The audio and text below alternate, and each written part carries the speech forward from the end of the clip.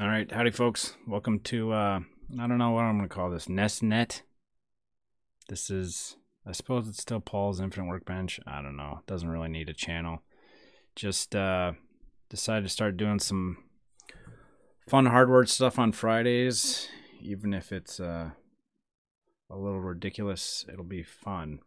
And the one thing I've been kind of like tinkering with for the past year is well, I started tinkering with it about a year ago, is connecting the NES to the internet and using this guy here. It's an ESP8266, which is super cheap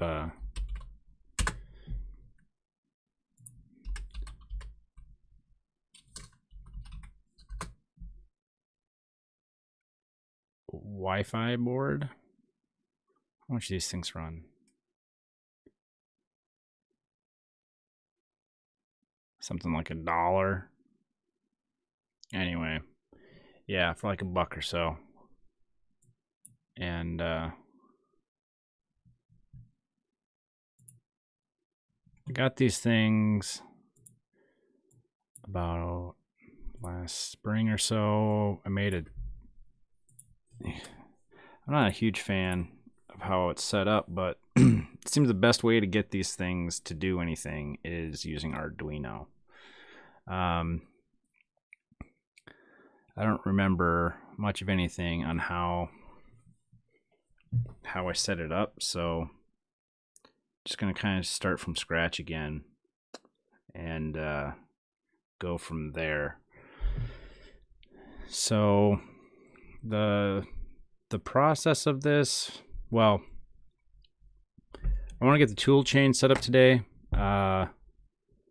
We'll redo a Hello World. Hey Kotsu, work right now, want to drop by. Went through last streams where you're laughing about my forum force, and now I get the context. Yeah. Yeah. I'm like, I don't know how I'm gonna get this linker stuff to go, but let's look at some NES dev threads, and sure enough, there you were, in the same boat.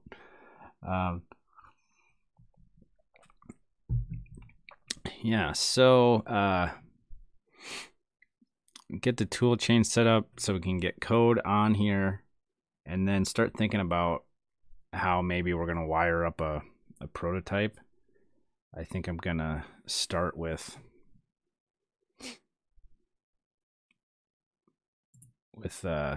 this guy here, using the 32 macrocell lattice CPLD, just because it'll be flexible. And thanks, man. We'll catch you later. Have fun at work.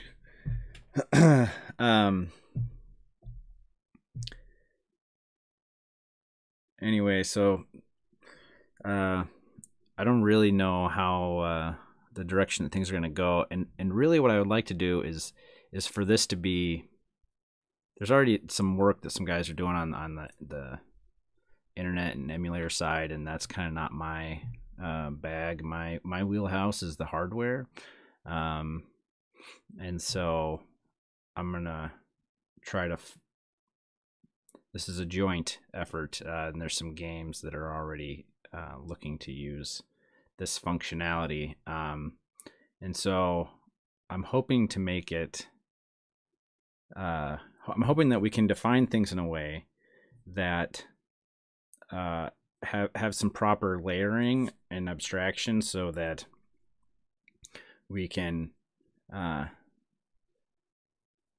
like some of the internet stuff can be independent of the mapper itself, and this is like the cheapest and like most hobbyist hacker friendly board out there. So if we define this stuff in a way that I don't want to be the only person that can make these boards, right? I want other people to be able to do it, and hopefully we can go down a path that makes that, gets this available to more people, and yeah. So Previously I got this little guy going. It didn't do much, but I have gotten code on these guys before, and then I made up this little one, which there's only like 2 GPIO in here. We'll look at the pinout in a minute here, but there's receive, transmit, because there's only there's 8 pins here. I think like one's power, two are power, and then you got receive, transmit, and then yeah, here we go. Here's the pinout. VCC ground, receive, transmit, chip power down, which doesn't do us a whole lot of good. Reset, okay, and then there's 2 GPIO. So these receive and transmit lines are what are going to be the main path of communication for whatever this is connected to. But we have these 2 additional pins, which I think I've got this one connected to an LED for debugging purposes. But yeah, there are some LED. There's 2 different versions of the ESP. There's an ESP01 and then there's an 01S. So I forget which is which. I think this is the 01 with only, so it has 2 LEDs, and then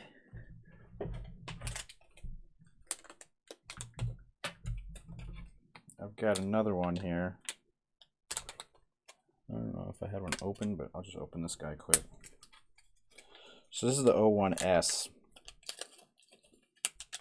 Really, there's not that much difference. This guy. This one only has 1 LED. I think the pinout's the same, but it only has 1 debug LED on the board, and then I think the memory is a different size. I think it has like twice as much flash memory. So this okay, so this is the Express if 8266, right? That's the chip itself. I think the company that makes them is Chinese, so that the documentation is not amazing, or not easy to grasp compared to what I'm used to as far as, you know, ST Micro and at Mega and stuff like that. From what I understand of this microcontroller, I think this one's a single core, but the next step up is a dual core.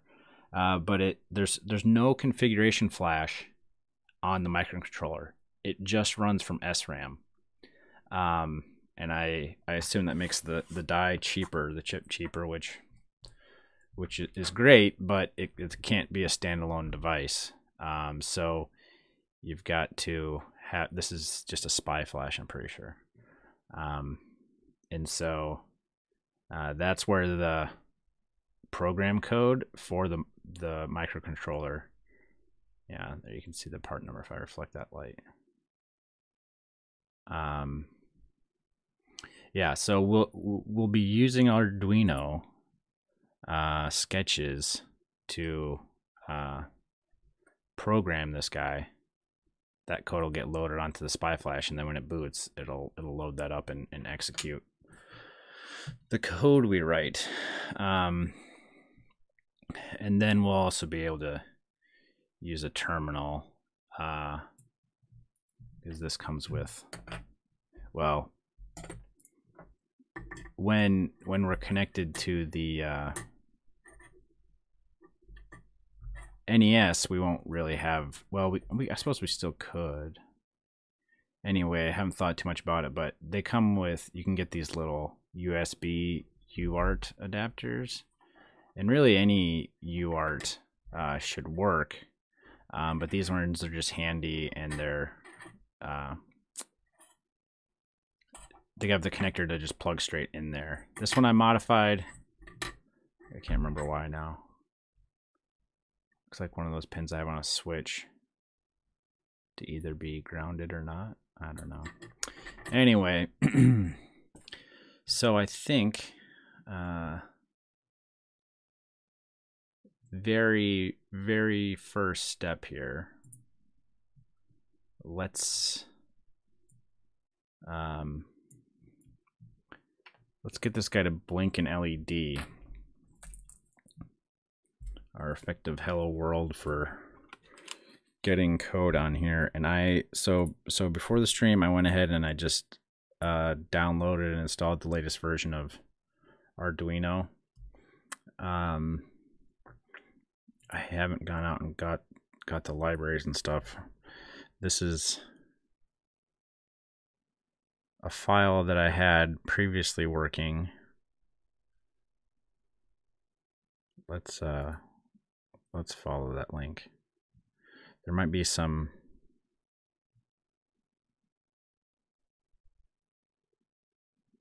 I think there's some libraries that we have to install to Arduino. So this web server,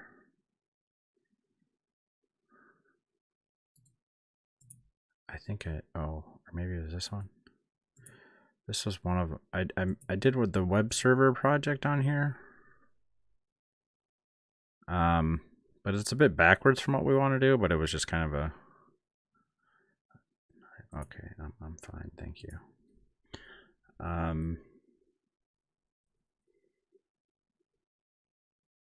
Interrupts and timers, ooh.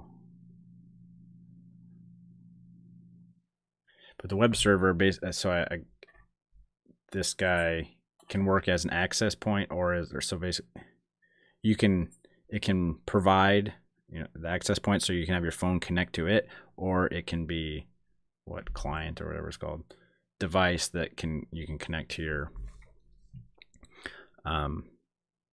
network. So one of the kind of cool things about that is then that gives you a means of updating the firmware. If you put it in web server mode, you could conceivably update the firmware on it. You just connect your phone to it and then update the firmware that way. But anyway, this website is a little crazy. ESP32.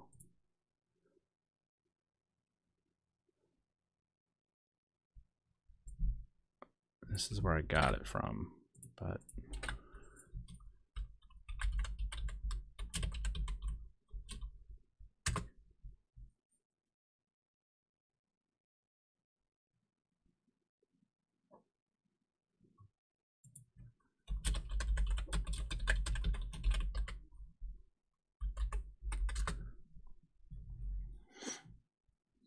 MicroPython. I don't really want to use MicroPython.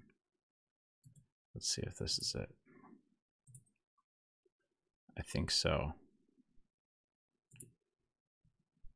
Okay. I'm going to start my music. I'll let you pick yours.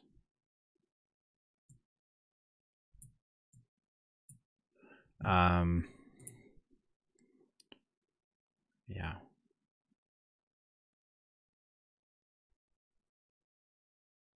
Wide variety. 01 is the main one I want to. There's also, so there's different options here. So like this ESP07, it's basically the same thing, except it has these solderable pads. This is one here. So you could place this. It basically becomes like a surface mount device, the entire module, and you can drop that footprint on your PCB, and have a lot more pins available, which will give us more options. But yeah,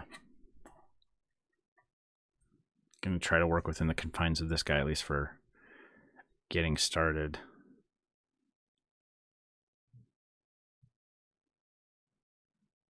Here we go. This is this is what we're working with. So it looks like I have that LED connected to GPIO 2. One is transmit, 3 is receive. This one's supposed to be some flash thing. I don't know. So what did I do when this modification then is connected to GPIO 0. Oh, so what I was probably doing here is give myself an input to the microcontroller and an output. So I probably have that. Although I feel like I had some other issue programming something and modified this programmer, but whatever.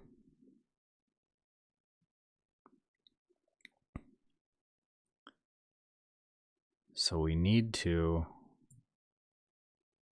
oh, you can use MicroPython instead. I guess I don't really know what MicroPython is.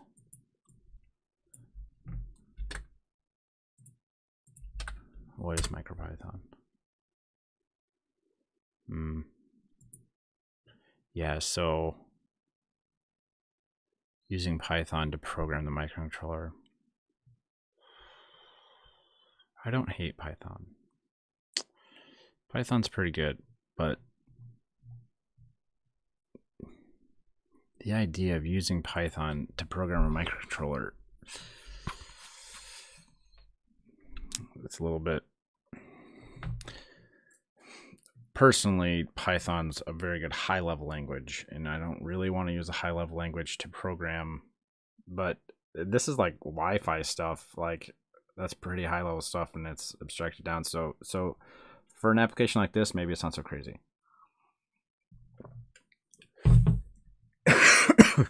If it gives me an option besides Arduino, then that's maybe appealing in and of itself. But we'll start with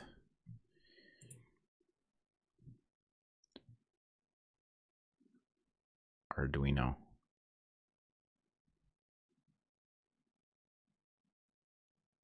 Okay, so we have to install the add-on. I probably will post these online. I don't know, just because if somebody else is trying to follow in the future or wants to take over things, then maybe this stuff will be helpful on basics of getting started here. So I just went and downloaded and installed Arduino. I've got 1.810, and what is it telling us to do here? So file preferences, and then you just enter this URL.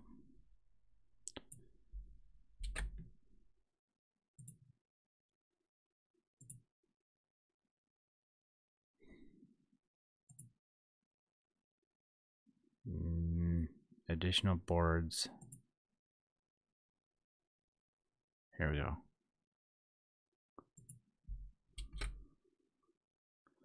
This is just so strange for me. Adding libraries of codes with URLs and stuff like this. Okay. If you already, okay, commas, yeah. Tools. What did it say? Board manager? Okay, so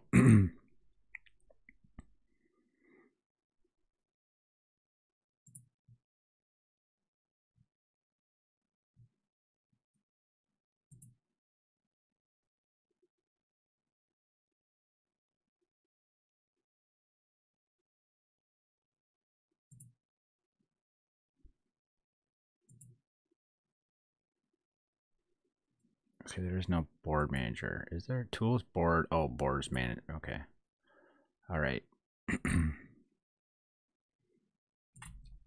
ESP8266 8266. And then I guess we want to install this.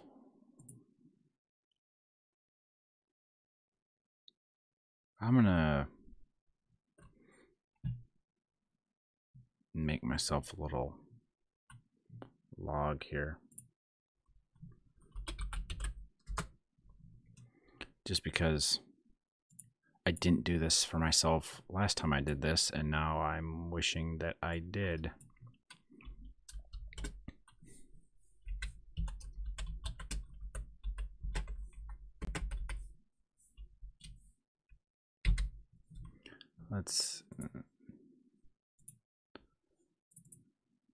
Let's use console.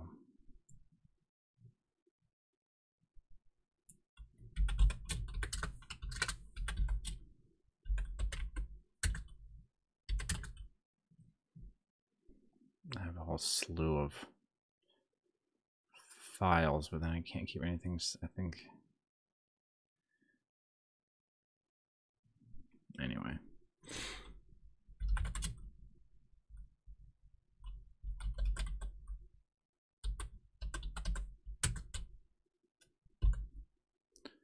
All right, so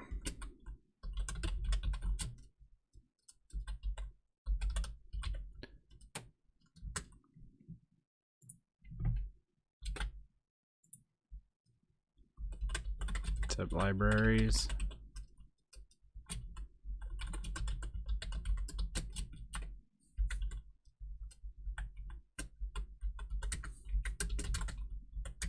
I've got an ESP01 with the 2 LEDs. ESP01S has a single, I believe.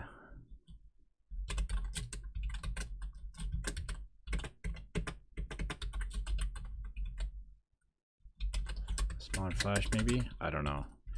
ESP01S single LED. Larger flash.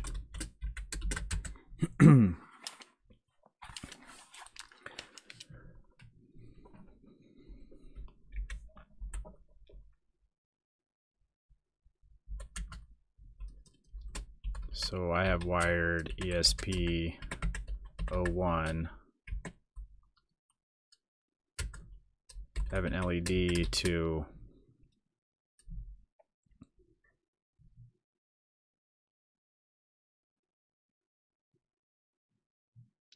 where is that?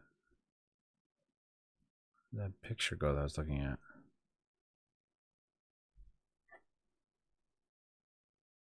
Oh, here.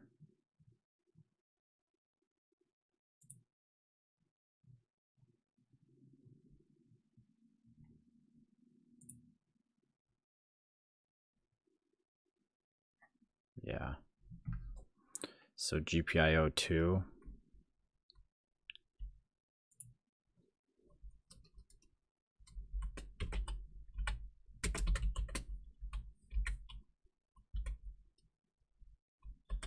I have a switch to GPIO0. Right? It's the second one from me. Yeah.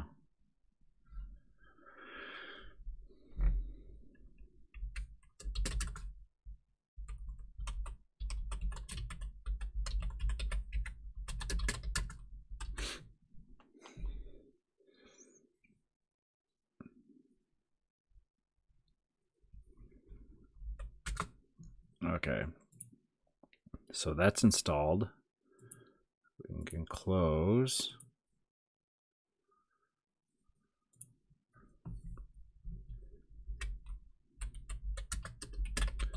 Consider mic.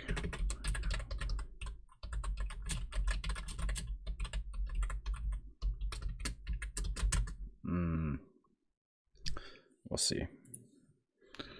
All right, we have that. We have that. It should be installed. Okay. Testing the installation. Let's see if we can blink. LED.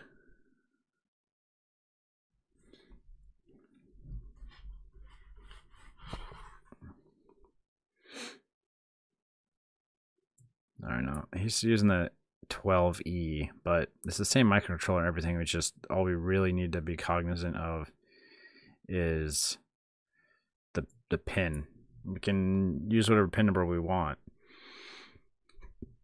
So I think this is this then. This is like your basic of basics Arduino sketches. So pin 2, which is what I did. Your NIT, set it as an output, digital write high, delay for a second, so this must be milliseconds then. And then set low. Okay, let's connect her up.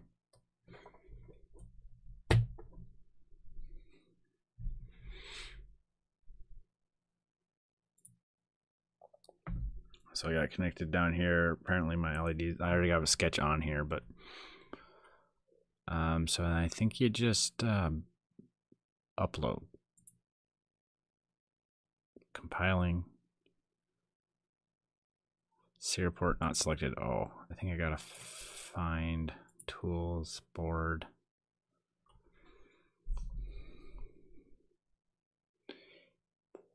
Generic ESP8266. I think that's what we need. What about, I think you have to select. I think I'm COM5.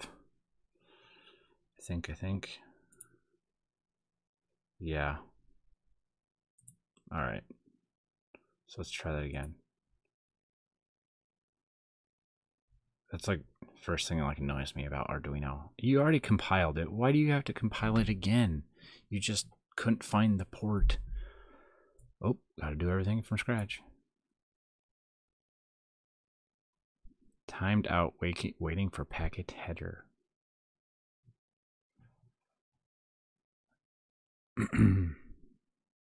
Connecting, chip is this. Okay, uploading. Okay. Configuring flash size.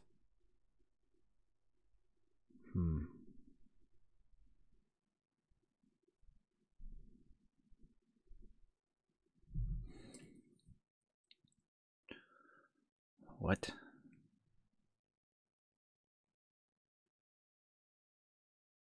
I wonder if it did it actually communicate to my board or not.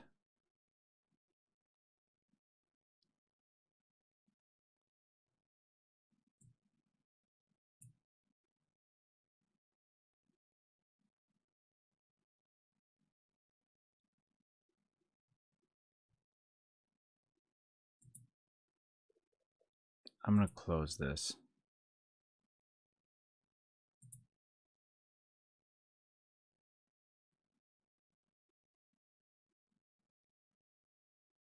Board. I don't know about all this. Get board info. Unknown board. Serial number. Upload any sketch to obtain it. Oh, okay.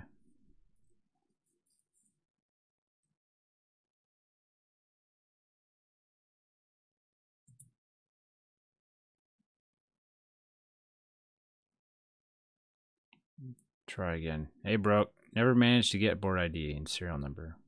Oh, looks like it's working this time. I don't even know. I mean, how useful is it anyway? But it looks like we're going now. So fast. I remember being this slow. And it failed again.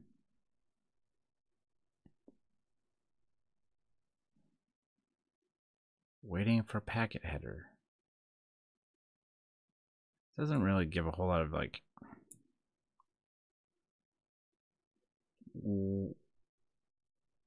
where the problem is. Is the problem in the Arduino? Like, is this an error in the software, or is it an error, communication error?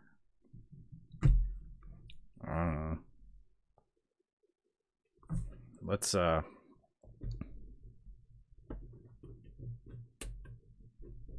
well, and maybe that's kind of what I'm suspecting. I have a blank one over here. I'll flip that switch and see what happens. It is possible that I messed things up there, because I really don't. That, and it says that pin is, it's got flash, whatever that means. So I think that has to, yeah, I think that has to be low to program the flash, but then I wanted to be able to do things without that always being grounded, because it's a GPIO, which should be able to use for something else, but then the programmer fixes it. So maybe that was it. Did I? Let's try it. I thought I tried it again.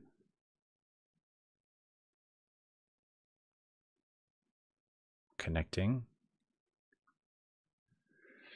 Otherwise, I have some fresh ones here. We can just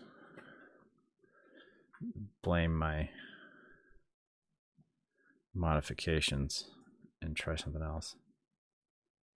Latest version, enter the flash mode automatically via UART, but not old ones. Still having some problem here. Let's just well,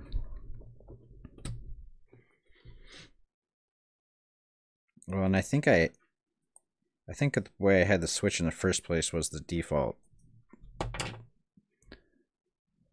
So let's try this.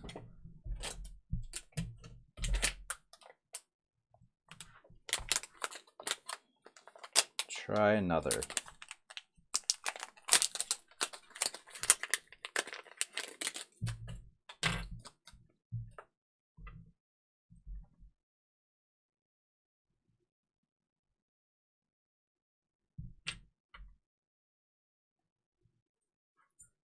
So I think this is the 01 with the dual LED.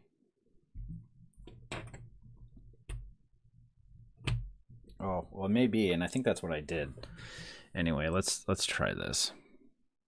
I've got the little, you can barely see it there. I'm overhead my micro light is super bright, but let's try this. And I don't think this is going to actually do anything, because I see a little blue blinky light.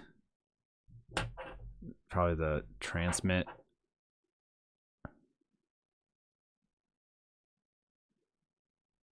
I don't know if that was happening on this guy or not. I wasn't looking closely enough, and this big old bright LED was on.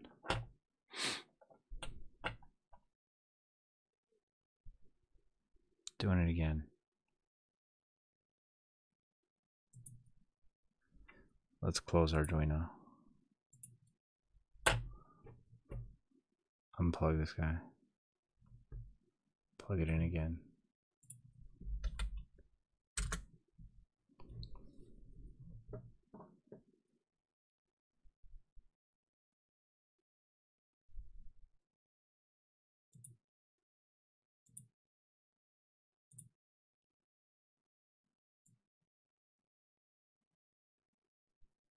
Generic ESP module.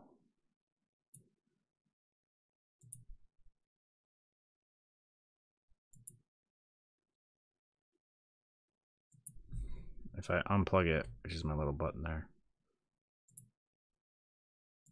board info, it doesn't tell me anything. You think you'd give an error like, oh, cannot find the thing.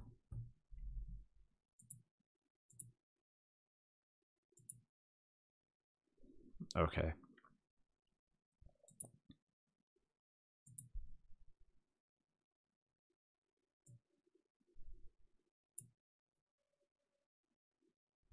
Maybe we're going to be trying MicroPython sooner versus later, but if we can't get this to working with Arduino, then I don't.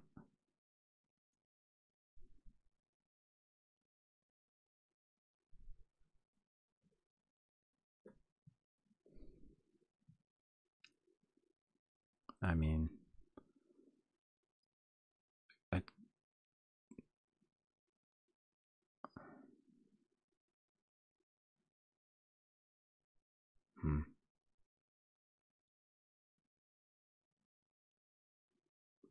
Let's see what Google says. It's like they got this copy here just so you can throw the whole thing into Google. Oh, but maybe,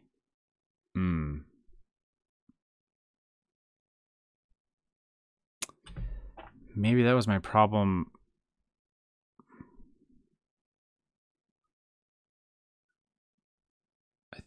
That might be why I have this switch.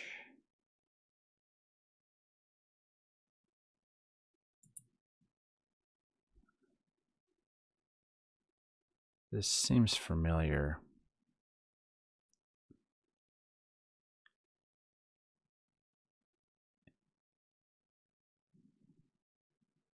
To program this guy,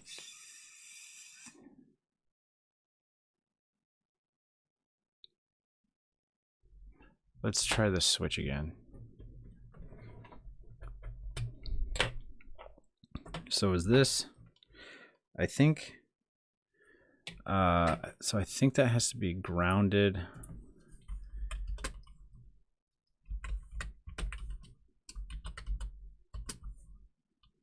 Which one was it? 0, ground to flash.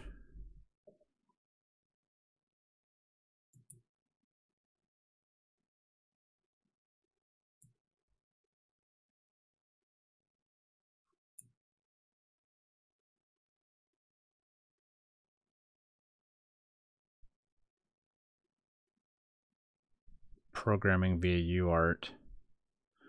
Boot from SPI flash. So it's supposed to be low. And I think, let's get my multimeter here.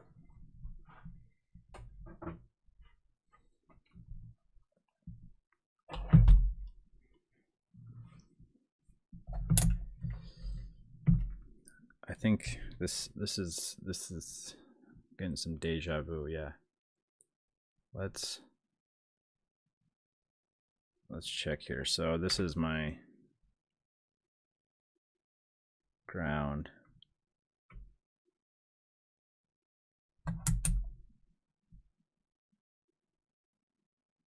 Yeah, it appears that guy's floating, and so I think it needs to be grounded to flash it, which that guy is. So,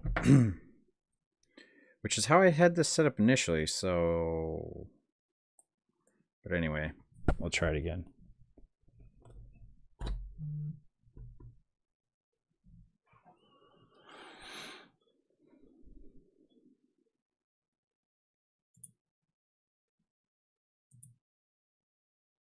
All right, take care.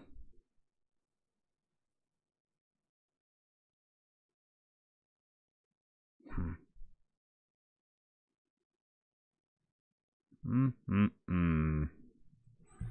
going to. So I have my other laptop here. And this is where I had it working initially. I'm going to switch. I can bring over my laptop, I think, here.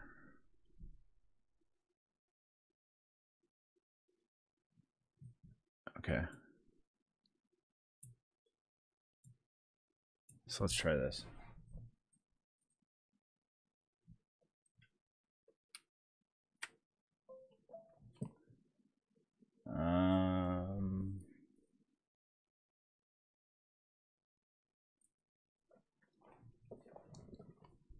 I haven't done anything with.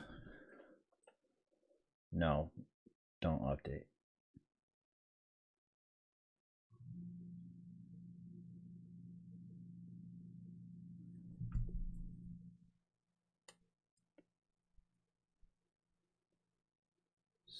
So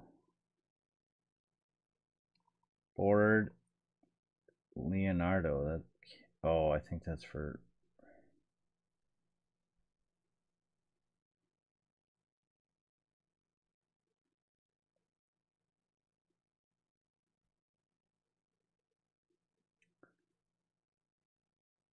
Let's see if it can get board info.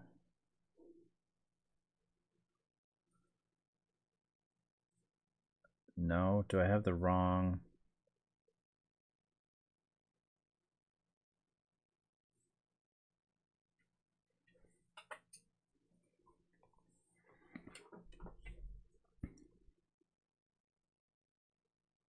I don't see it.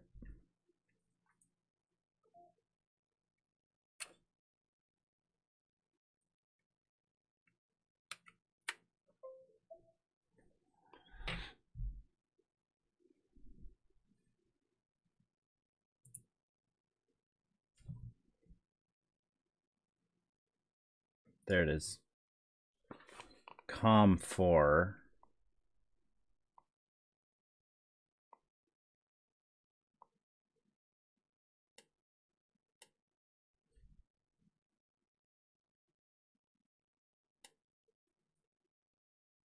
COM7 down here, no.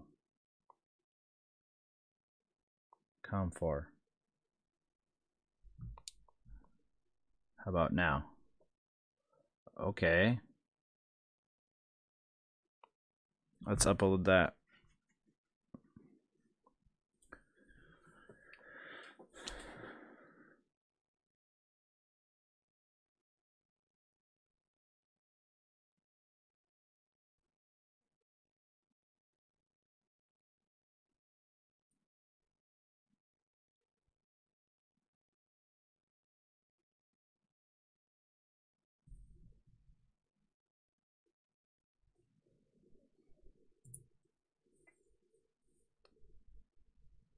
Error. Oh, well, it looks like we got a different error.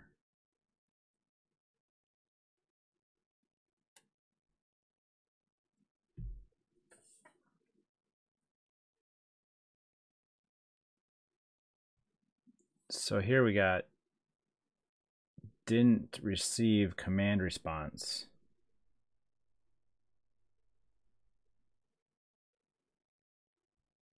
So this is like it.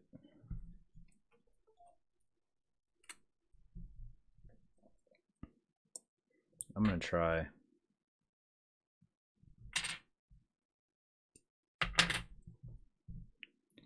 A different ESP, but with my little modification that grounds that pin, because I think that has to.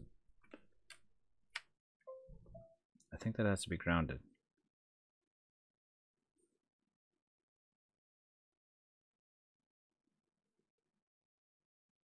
Got some blinking going on.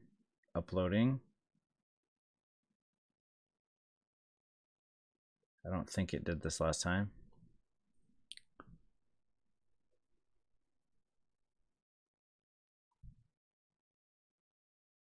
Jeez, this thing is slow.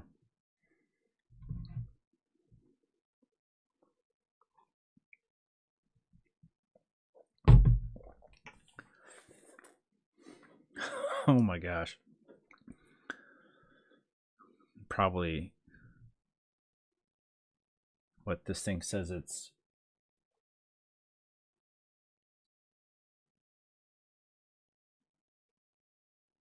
It doesn't list, but I think it's like 512 kbyte. Okay, so I think it's working now, but I don't have an LED connected.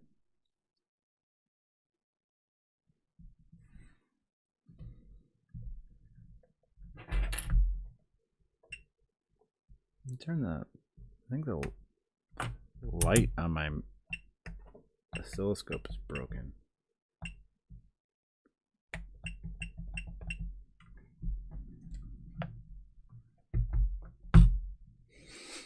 Throw it in front of my,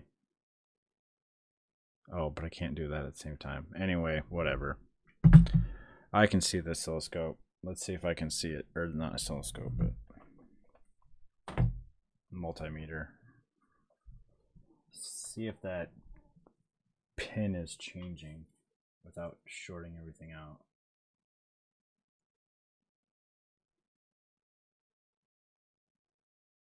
Okay.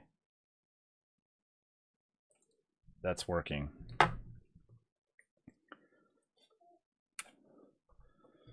I'm going to try back on the main PC now.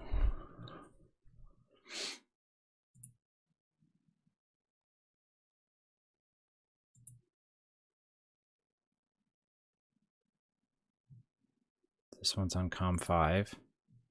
Yeah. Get board info. Okay. So nothing has changed in terms of the hardware. Oh, it's going.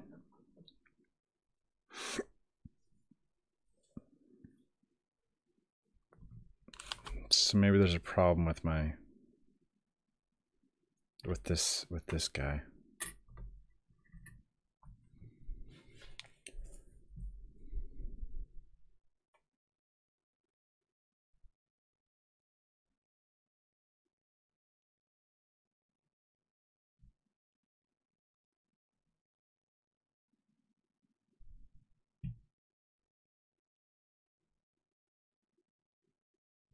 Did it go faster?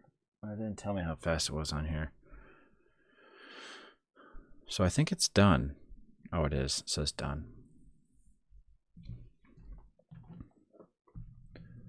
Are we getting...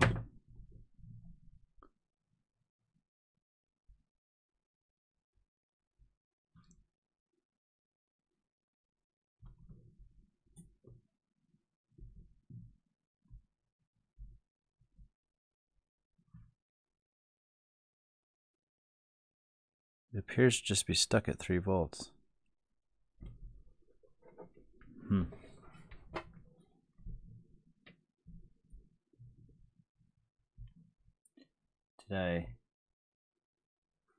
Is this sketch different than my other one? No. Pin 2 output. Pin 2.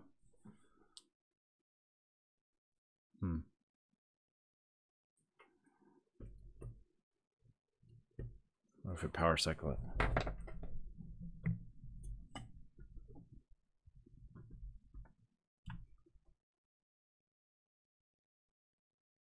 No.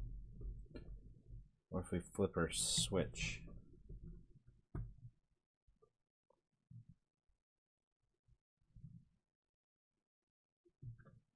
And power cycle it?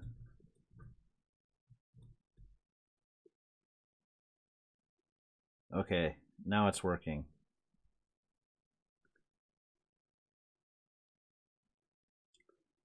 So it would seem that that switch needs to be low to program it, but then to execute the flash, which is kind of what this is saying. Boot from SPI flash, normal running. So that has to be high. If it's low at startup, then yeah. If it's low at startup, then you can program it. I don't know why that wasn't happening on my other computer, but it's also causing a hard reset. So maybe what Arduino, this new version of Arduino, is doing is different than my old one.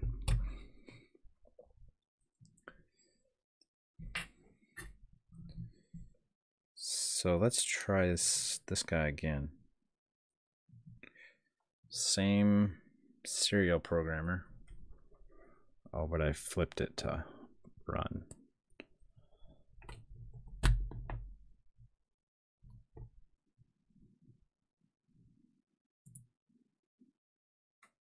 Of course, we got to compile it again. Oh. Doesn't look like it. Yeah, huh. Well, maybe there's just a problem with this guy.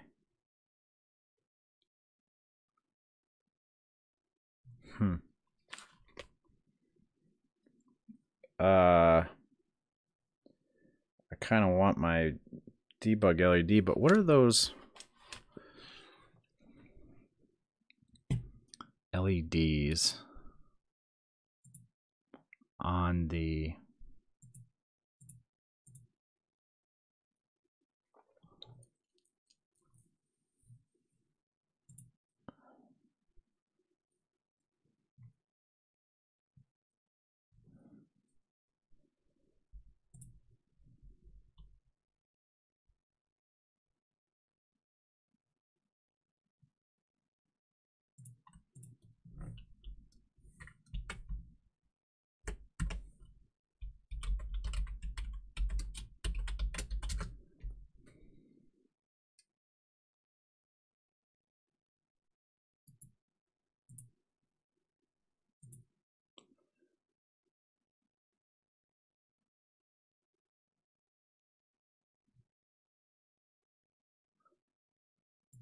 new variants have LED on GPIO 2 rather than 1. LED built-in is defined by 1.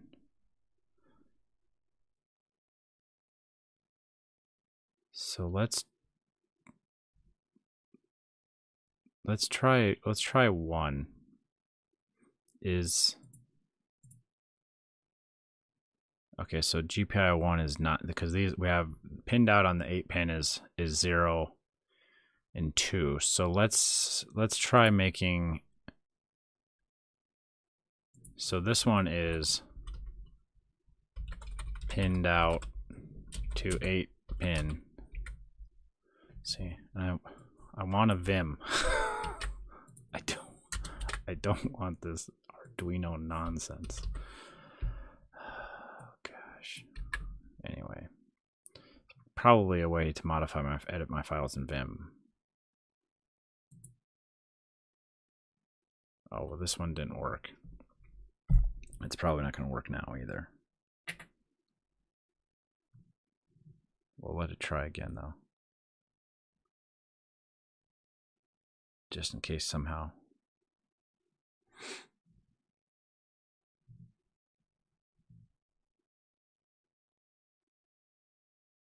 Like, is it actually? Yeah.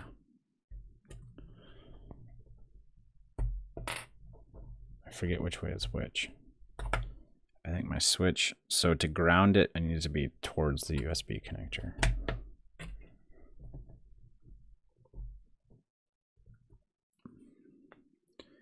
So let's try using pin 1.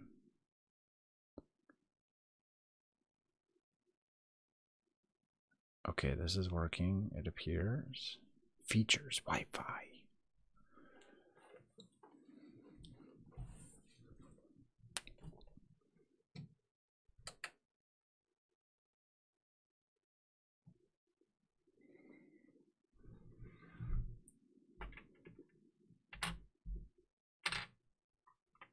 Hard resetting. See, I don't want you to hard reset because I think the hard reset, now I've got to flip the switch.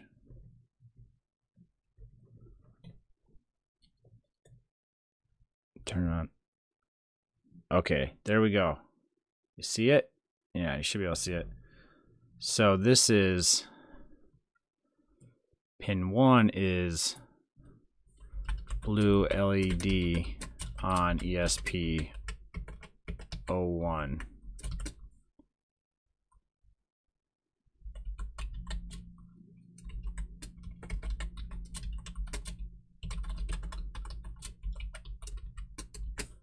I don't know if the red one is a power LED. I don't know. So let's try an ESP1 OS.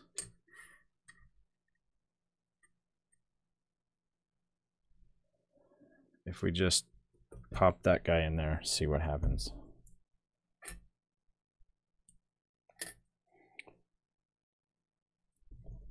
I don't know what.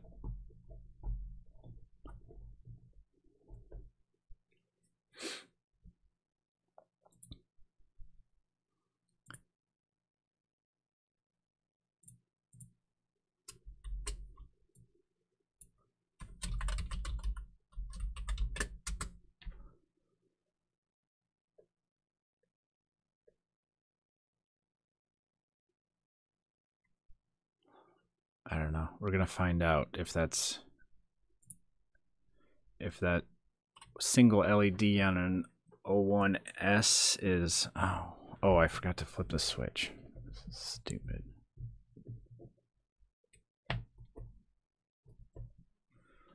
Little power switch on my USB hub sure is handy though.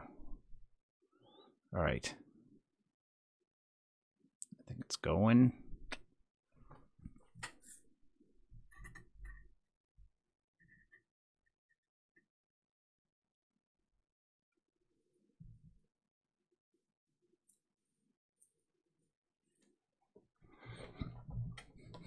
All right, you're hard resetting, you're done.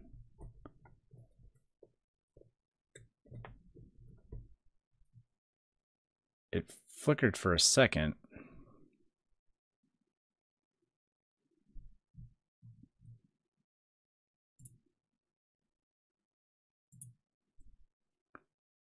See if we can figure it out. Bit of a distraction, but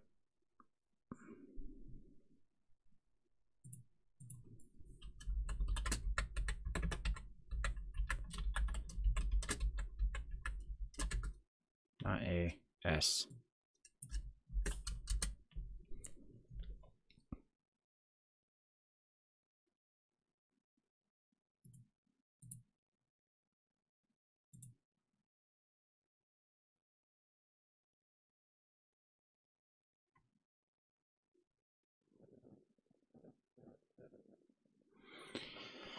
This is a great answer. It's a little ambiguous, but I think S is this one. Red power LED versus no power LED. Blue LED on transmit versus blue LED on G. Ooh. Oh. Okay, so they're saying that this is. I say it's sarcastically say it's a good answer because you make me assume that your answer is respective. But okay, so let's try this.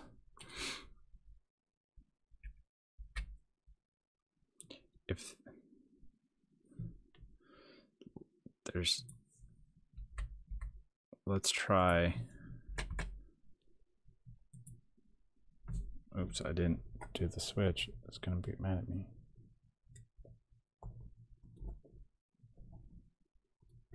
Try again.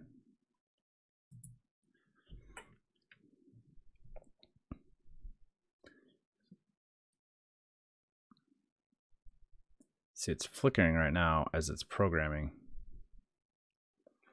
which makes me wonder if it's transmit, but that LED,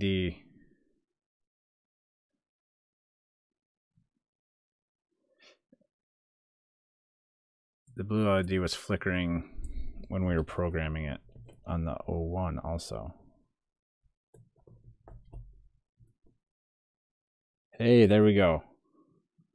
Okay.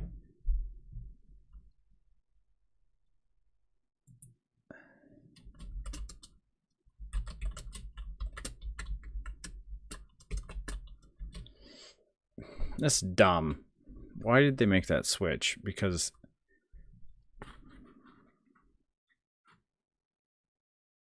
there's so many pins on this microcontroller. They've only got 2 going to the 8-pin header. Okay, great. Yeah, you don't need a whole lot.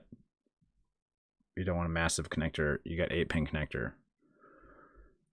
Pick 2 pins to do it. One of them's flash, one's the other 2. But the 01, the standard one, uses pin 1, which is an unused GPIO for an indicator, for an LED. But then this one, so that pin 2 is connected. So if you want to use it for something, it's also going to be turning the LED on if you don't want it to. Like, stupid. And the S is the newer version, has the bigger flash. But whatever.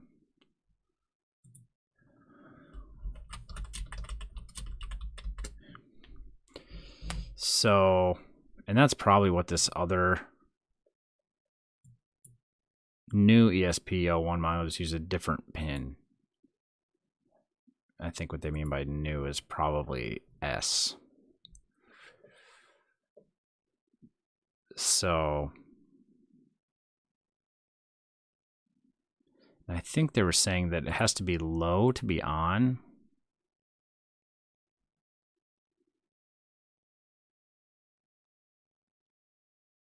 Which is confusing. So let's figure that out.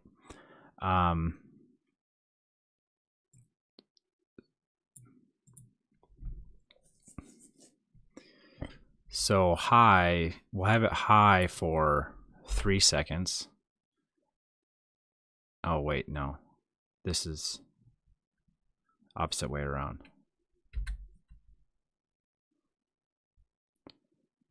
I need to edit this in Vim. I can't do this.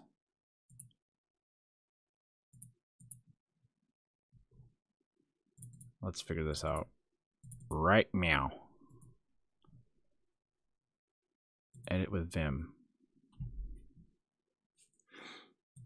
Let's try to edit it here.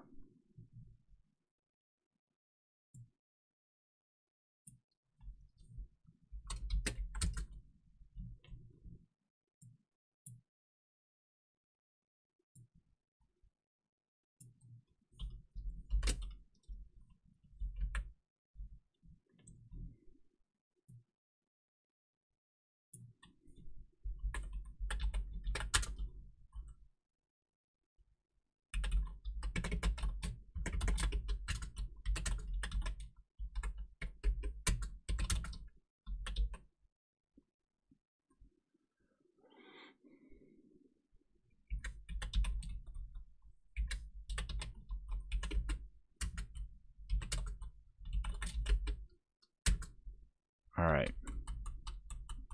Vim doesn't know EINO. Perfect. As it shouldn't. Okay.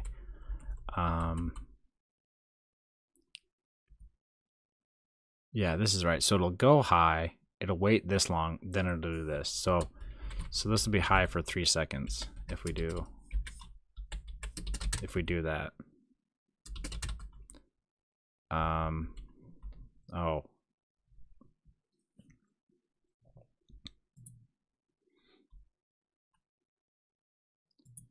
So this is stupid. I want it.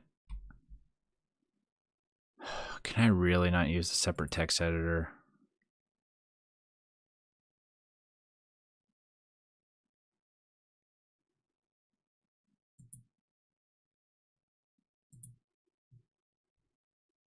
It seems when I click this, it's saving. And if I go in Vim and yeah. But I wanna,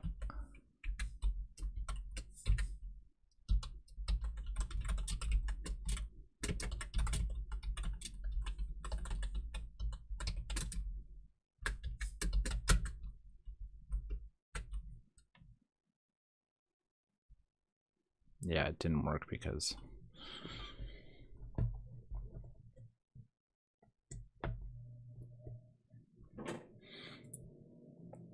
file, open this. Seriously? Am I modifying a different file? File, open.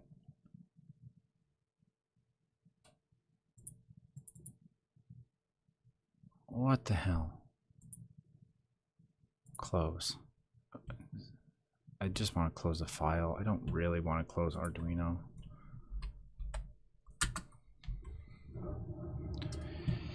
Testing my patience, Arduino. There's my, what?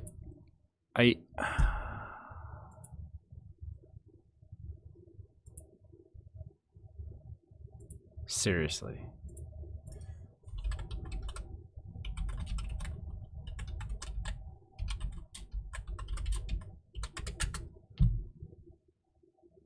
How to use an external editor.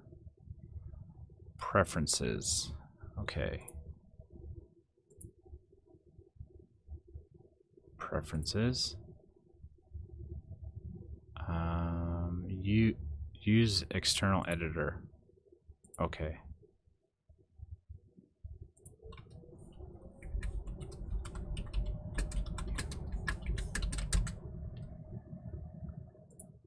Okay. All right. So I can't really modify it here, but it shows me the thing. Treat me like a child. Okay.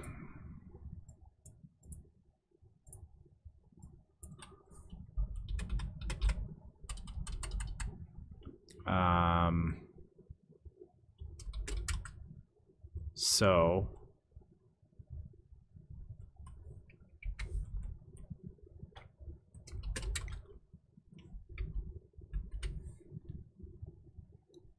is there a shortcut for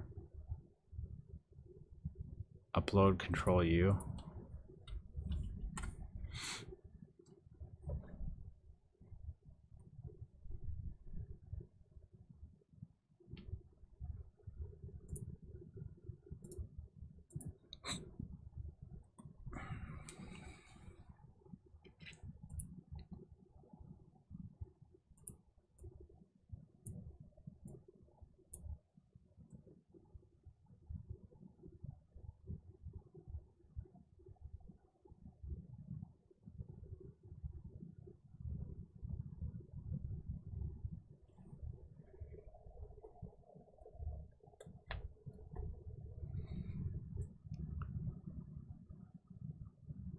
So it does appear to be inverted. Even sweeter. Okay, so ESP01, ESP01S built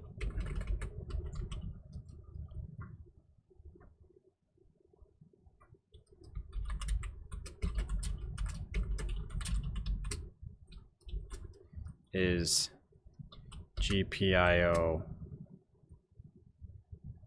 1 blue. Red LED appears to be power LED. All right. Now I don't know if that's logic high or logic low.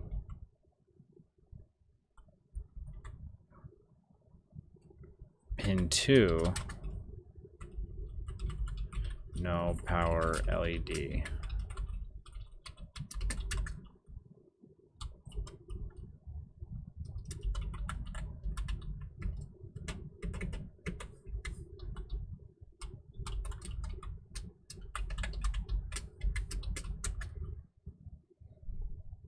So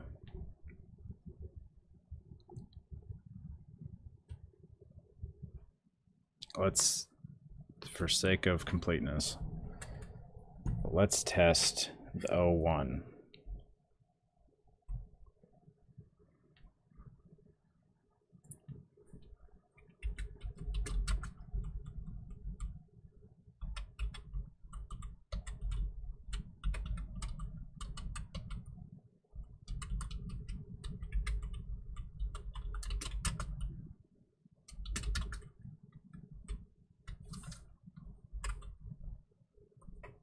I didn't flip my switch. I'm gonna break my switch. Oh shoot, I did. Ruh-roh.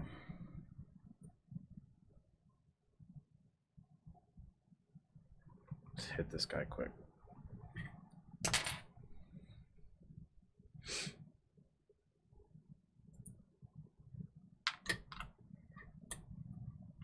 It flapped up. I flapped it back down, but that joint is not. Well, it's just a crummy joint.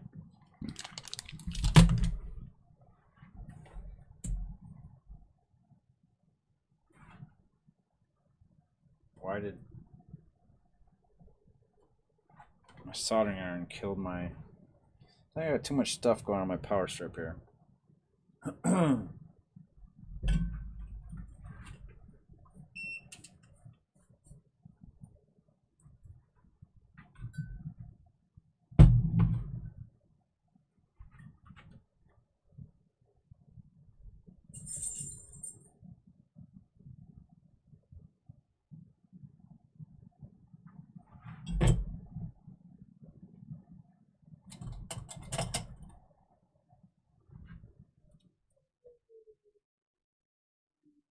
I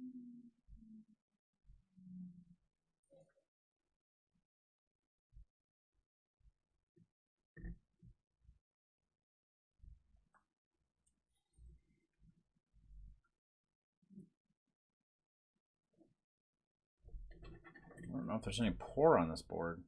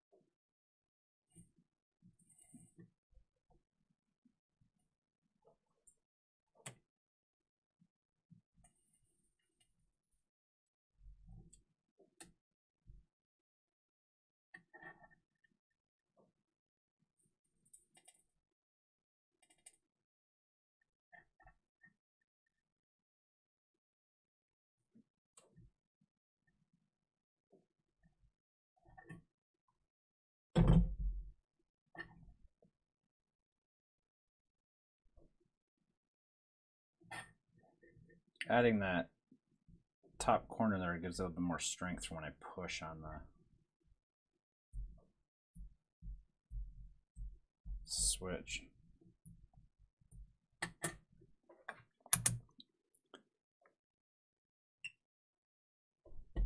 Check it with the multimeter here. So this is supposed to be grounded.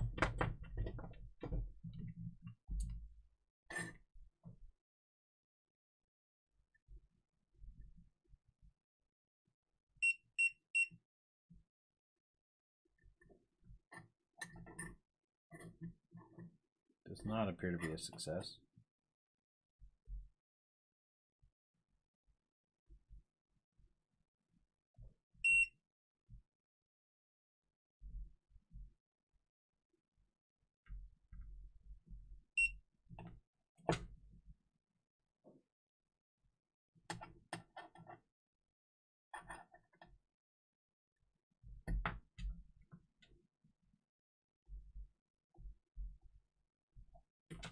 Is that just a floating pour?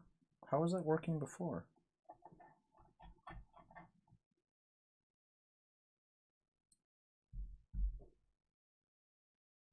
It looks like that's a ground pour.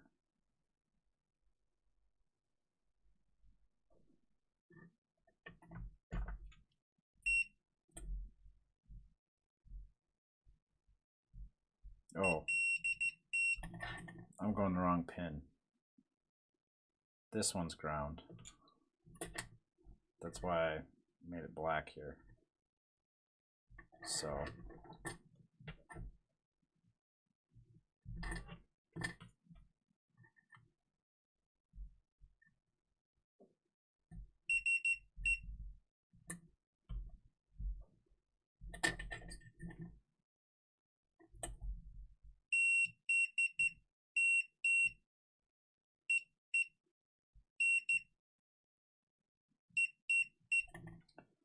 that switch joint is bad right there.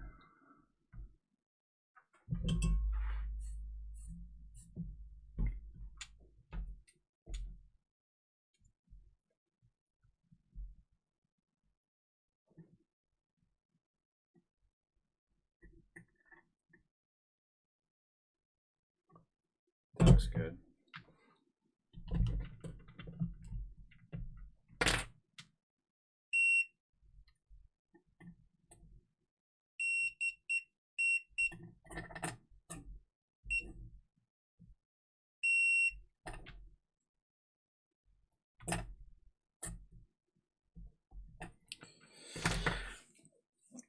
Okay. I think I fixed it. So we're trying to figure out if this LED is active high or active low on the ESP01. When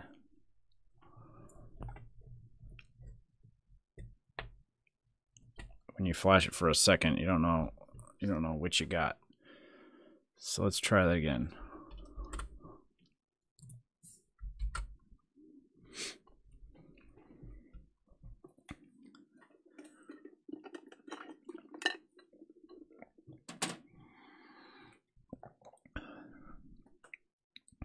I don't know how far we can get today, but we're at least getting code on this chip now.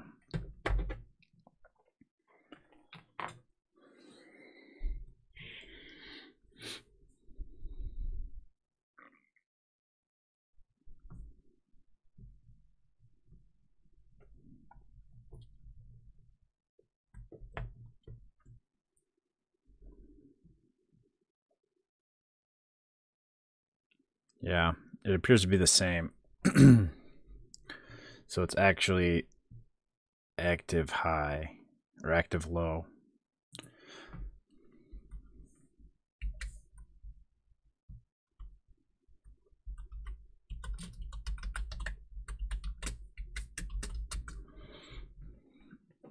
By inverted, I mean they probably have the pin connected to the cathode instead of the anode.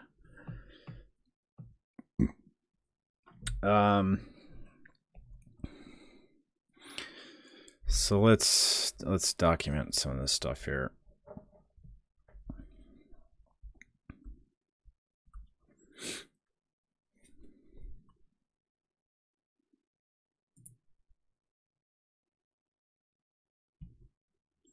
I'd like to see something more official than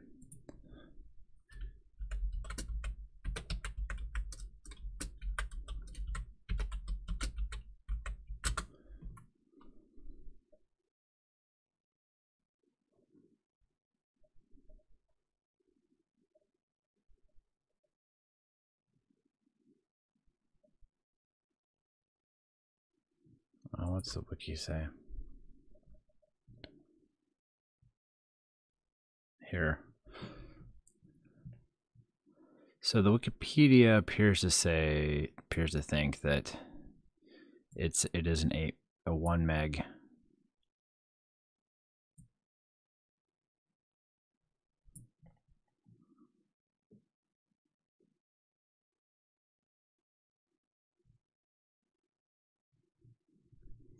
What was the other thing that this website seemed to think?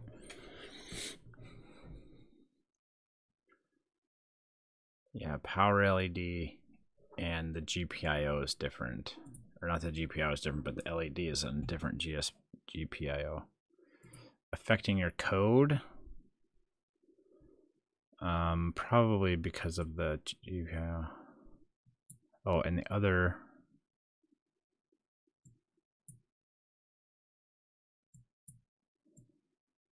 code works on an L1, but the same code does not work on an S. I'm using the same board, simply swapping. The code does not use GPIO at all. All it does is automatically connect.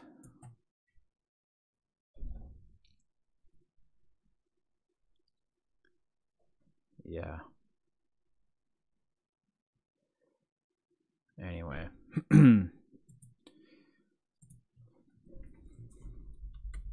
So ESP01, 512 flash.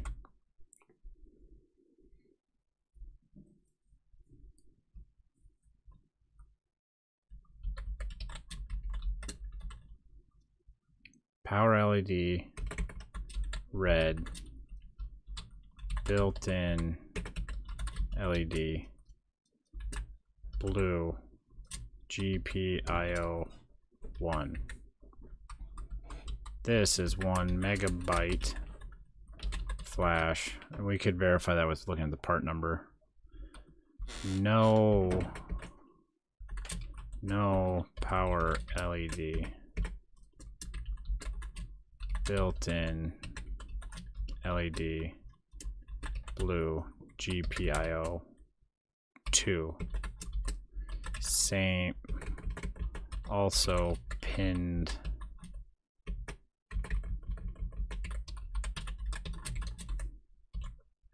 which is dumb, but whatever.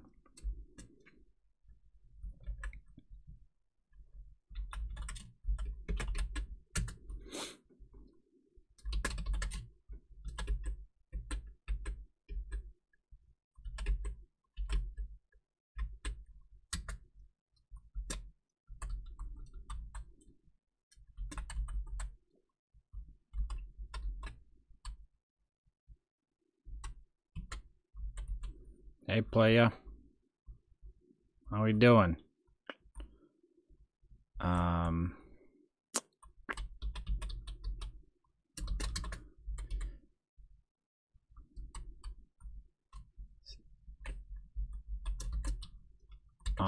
when grounded. Hey, Wraith, how we doing? Ralph? I can tell there's an A or I.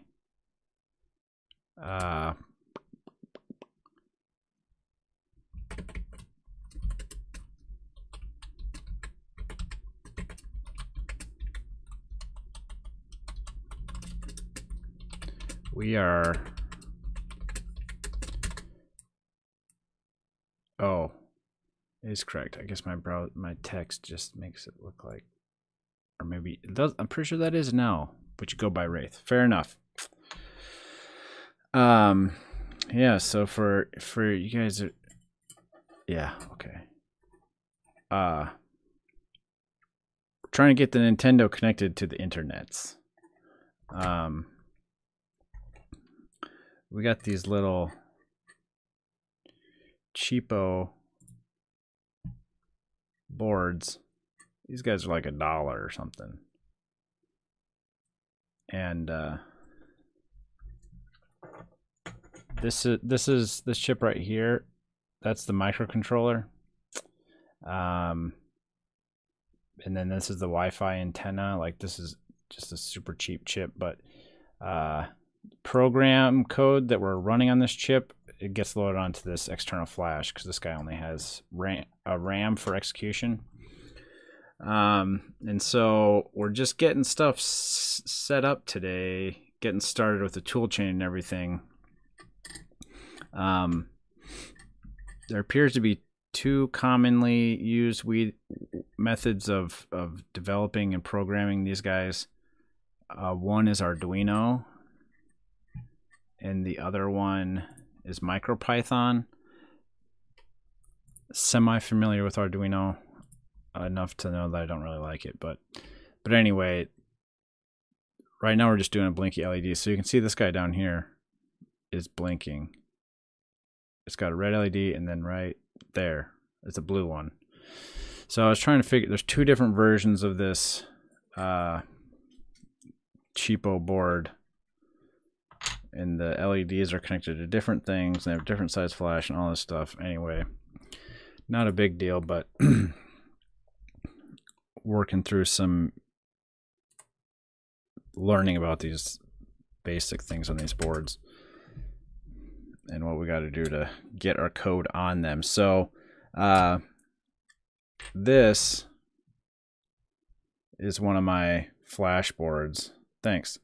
My NES flash boards. This is the one I think we're going to use for prototyping. So this chip right here is the mapper chip, and it's kind of the brain of the cartridge, the controller. Quite a few NES games have one of these of some fashion, but this is the chip that is going to be our glue logic in between the NES, which is the CPU is connected up to this side of the cartridge. Graphics are on this side, CPU is on this side, and so the NES CPU, the 6502, will be able to make writes to this mapper chip, and then the idea is the mapper chip will then pass that on to this little board. So we're gonna have to connect this guy up and define all of this how we want to. We have to define the hardware communication protocol to do that. Yeah. Hey, RetroStage, how we doing? So we have code on there, and we have our LEDs doing something. So we have means of debugging. So now I was gonna also we had issues. One of my boards is broken for some reason. It's a good thing I got a ton of them. To program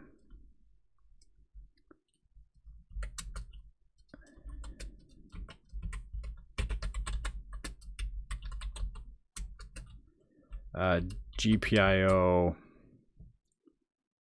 I do have a secret, you can hear it, and they're shutting down on me.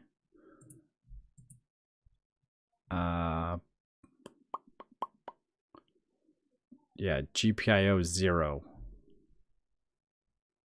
Wait, what? 2 has to be high? That's interesting. I wonder.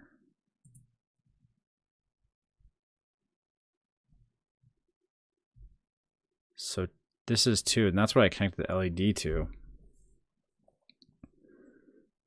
I wonder if I'm pretty sure that thing was working fine. Yeah, I used a Weller for a long time too. I switched to a Hako, which was better, but I still didn't really love the thing. But I like the Kasiger, whatever you call it, Banggood Special. Anyway, so GPIO 2 is what I had the LED connected to, and it was working. But maybe I messed up something, zapped it or whatever. It's been sitting in my drawer forever. So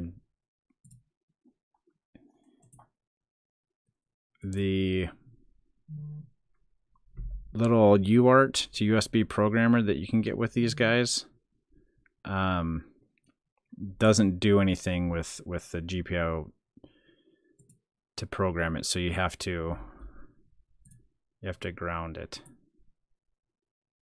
Yeah, 0 has to be grounded.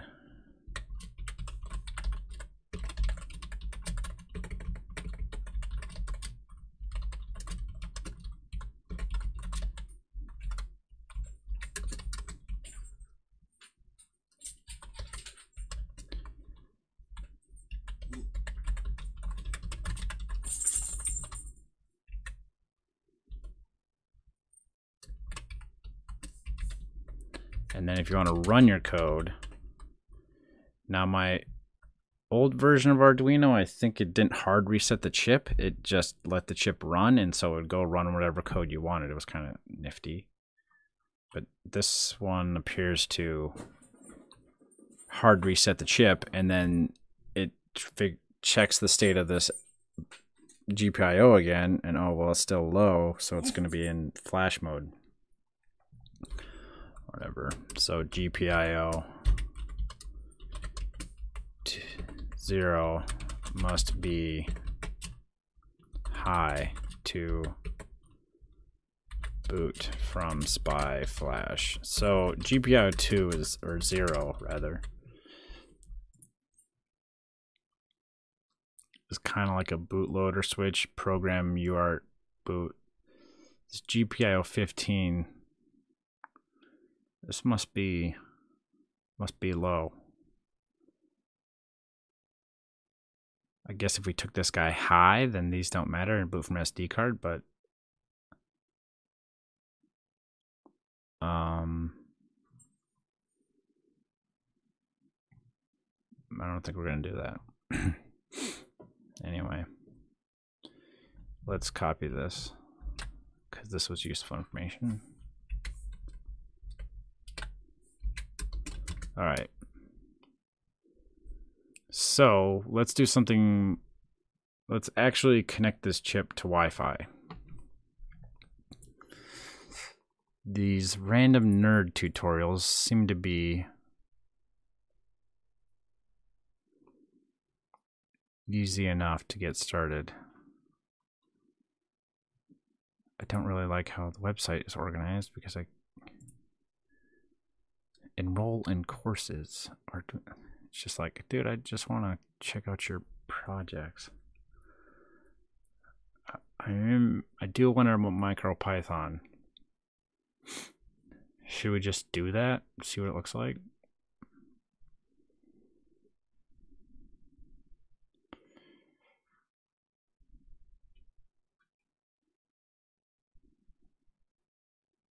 It does.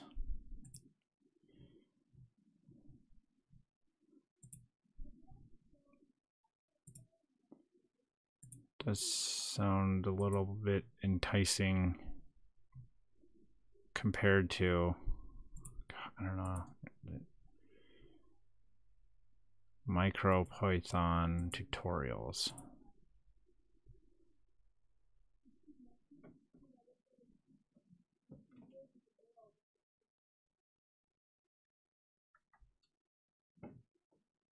Digital inputs and outputs. That's basically what we want. Installing, I don't know, maybe or not. I'm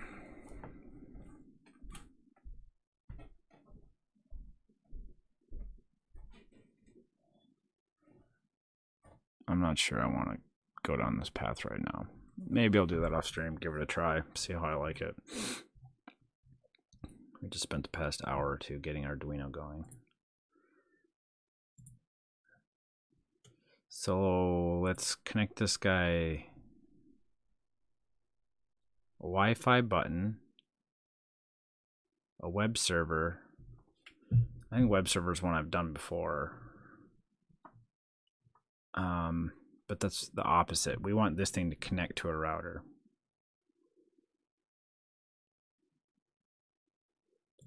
What about this Wi-Fi button? This is kind of the direction we want to go. Build in Wi-Fi button, trigger home automation event. Yeah.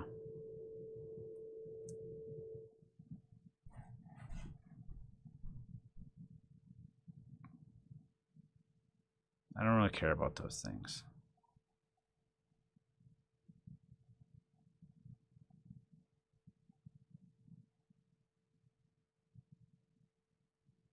Because what I want to do is basically put this button, the first like step will be to put this button as like a mapper bit. So then we can push a button on the controller. That'll, NES will write to the ESP, and then on some website of some sort. IFFT, what? Oh, if this, then that. We'll send an email. Okay.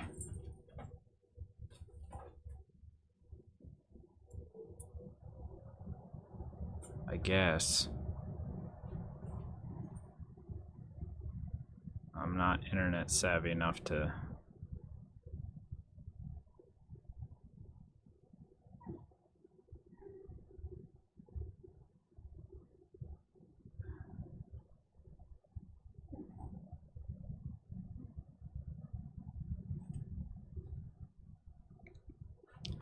Seems overly.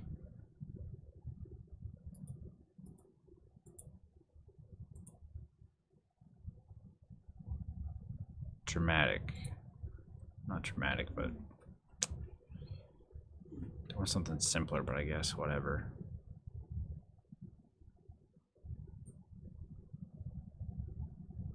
Let's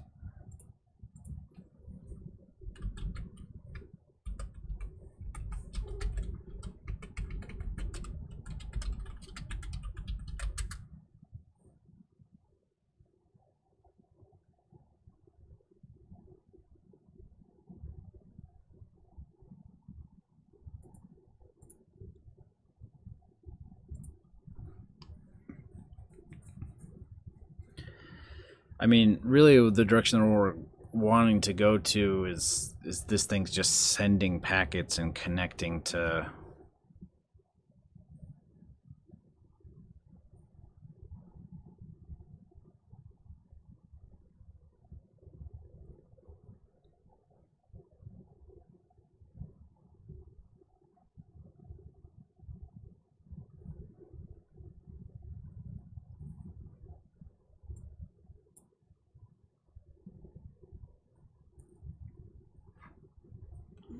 Wi-Fi controlled robot. I guess, whatever, we'll just go with it.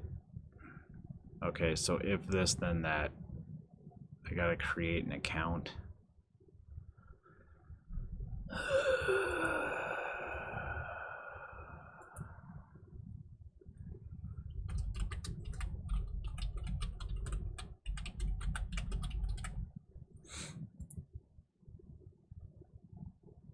Password.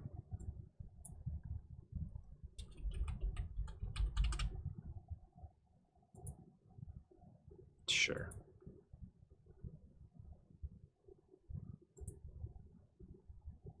So we have to make an applet.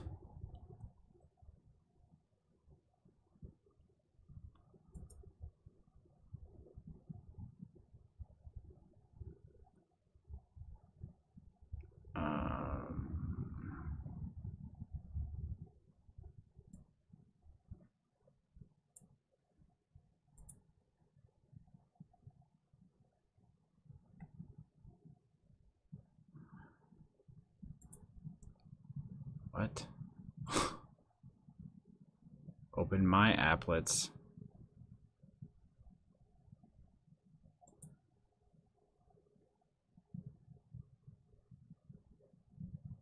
This is so...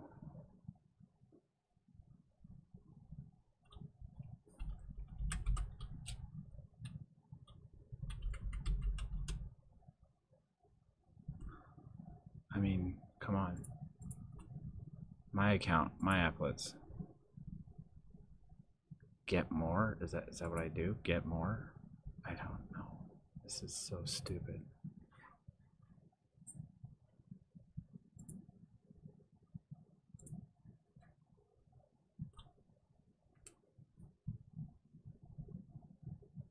I want to create a new applet.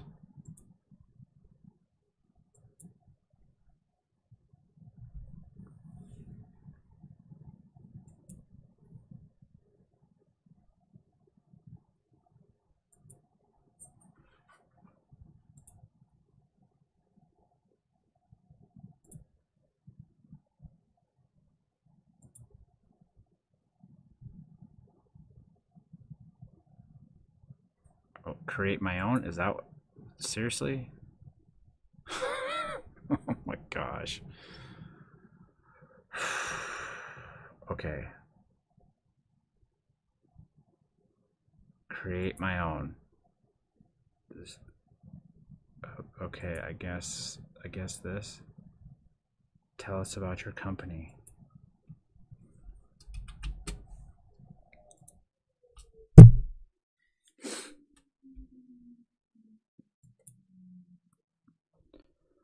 Okay. I don't love it. Whatever. So we need a webhook service.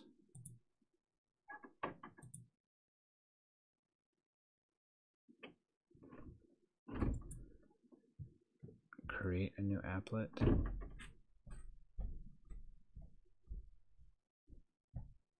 NES Development Organization. What was it? Webhooks. Yep, that. Receive, I guess. Receive a web request. Let's close this one.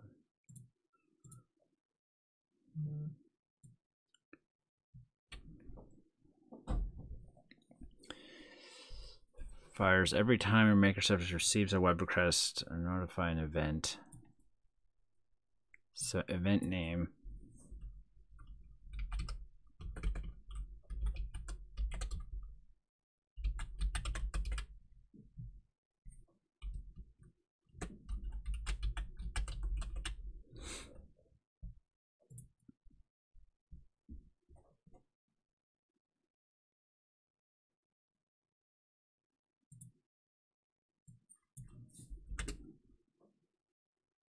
Customizable, set by visibility. Seems like this website, it was probably super boring the way it used to be. They had to make it fresh. Default value.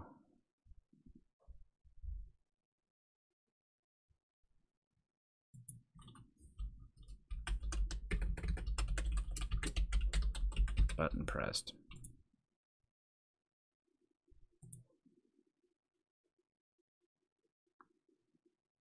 Press that and search for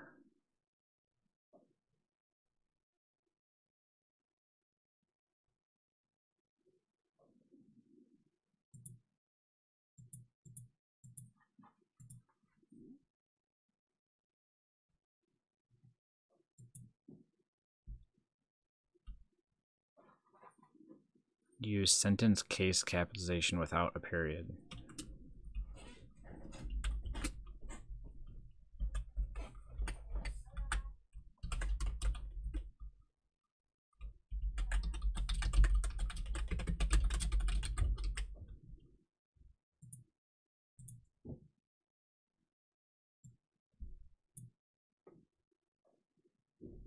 You should turn on to get emails.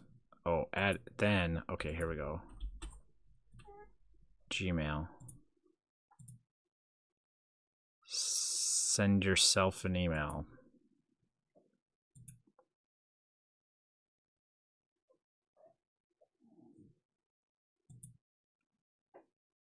Set. I won't. Customizable by the user.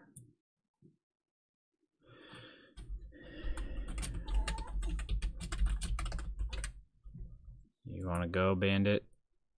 I'm not very happy with me right now. All right.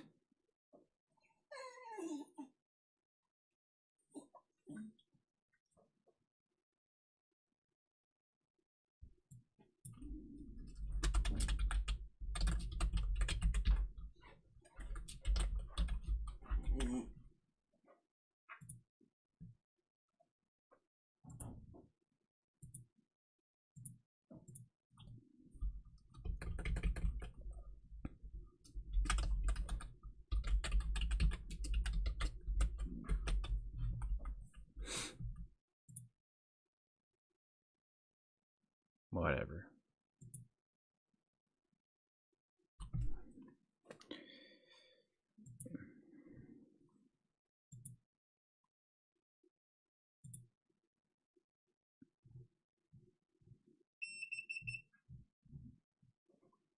Save.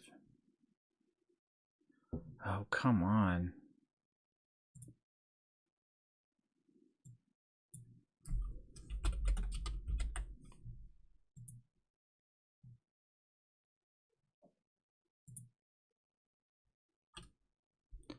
We did it.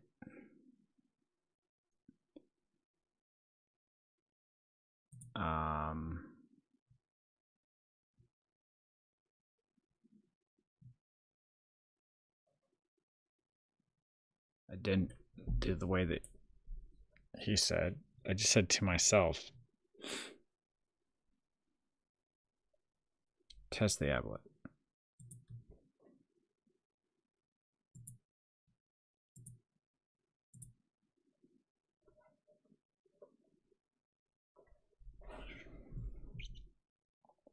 To trigger an event, make a post or get request to blah.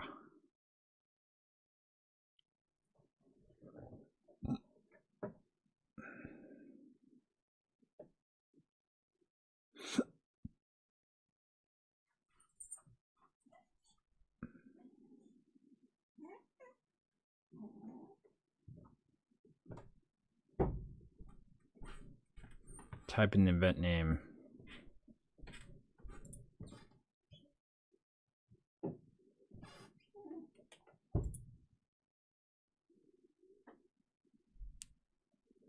Okay, so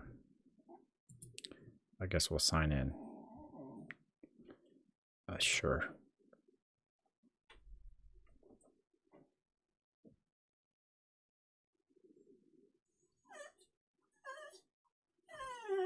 All right, 1 minute, Bandit.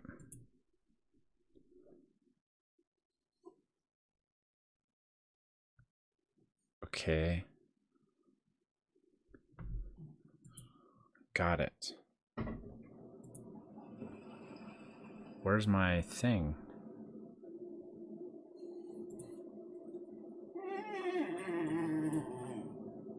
I must keep it private.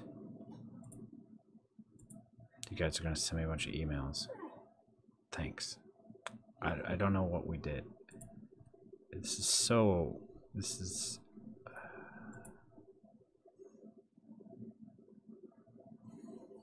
settings.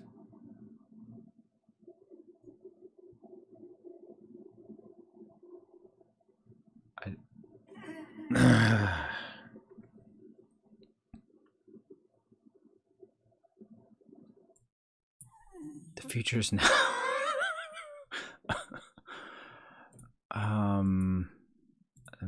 This is. We need the key, I guess. Open a new tab.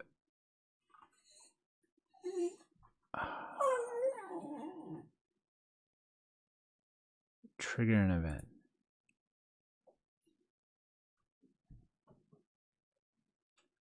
Display preview. Configure preview. Turn on. Oh my gosh. This is terrible. I don't.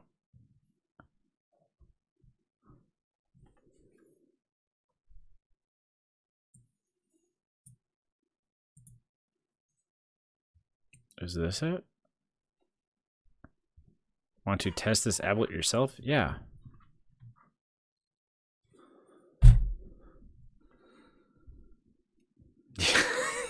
Bandit agrees. This is terrible. Okay, I'm gonna ban it out, and we'll see if decide if this is too terrible to continue or oh yeah, or figure out something else.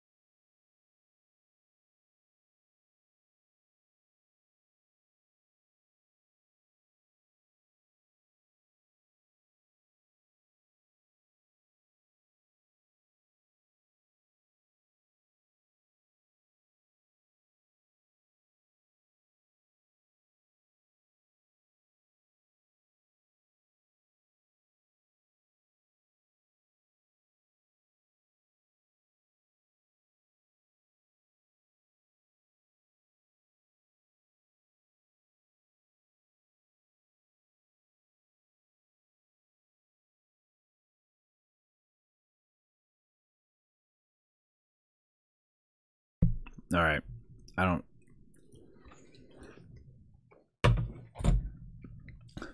like it.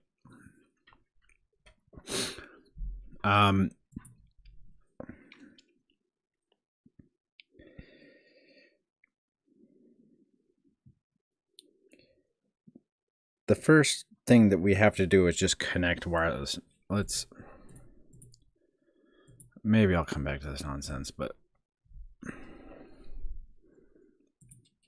I just can't handle that website.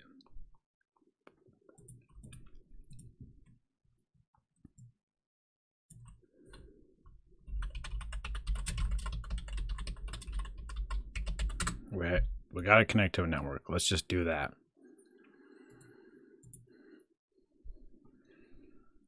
Oh, I think there's some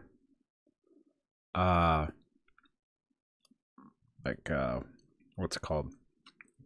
Spark Fun.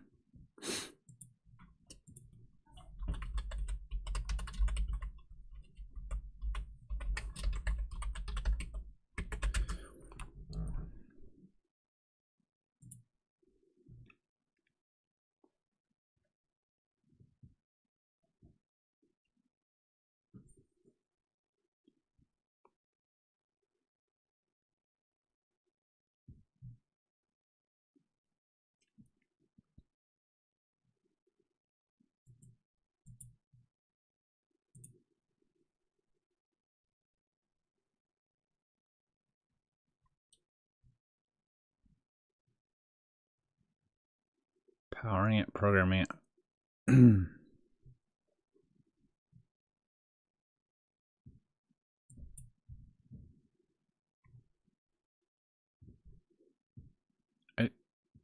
What? Come on. Show me the thing.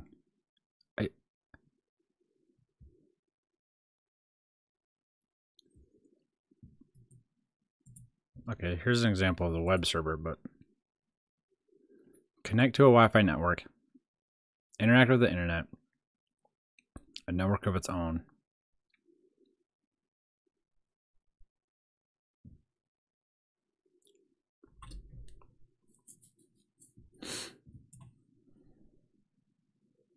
And I think I did this.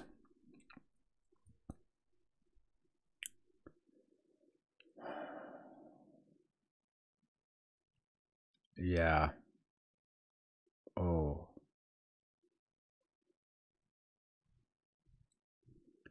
But I don't want to make it a web server.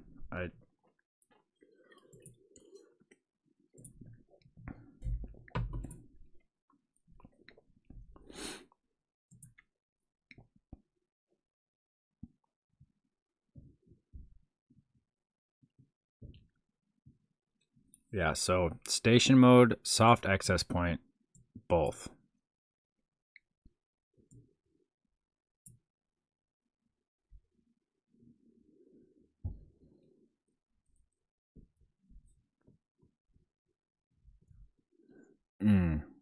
Okay.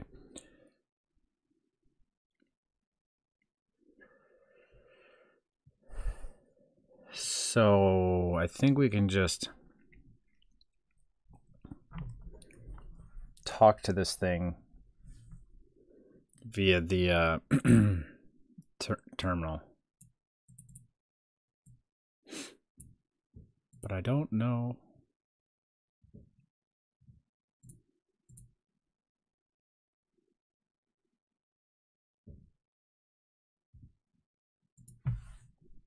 So AT.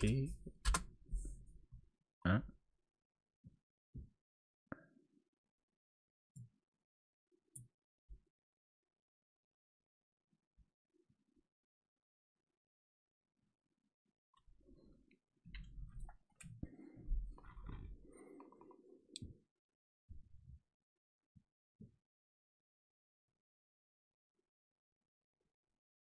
Like,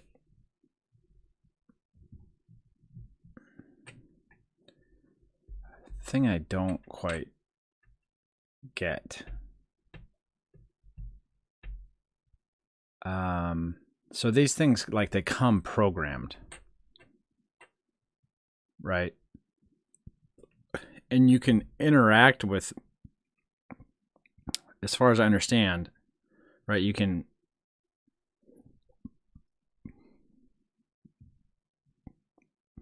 interact with what's already there, with the code that's already on the chip.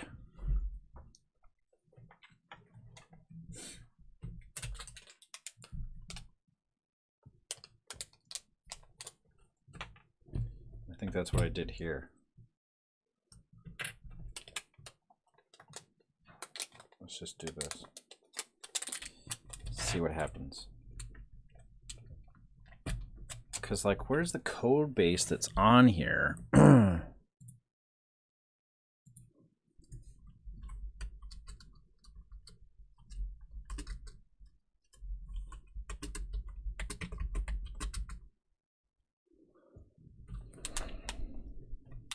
don't know. It's not.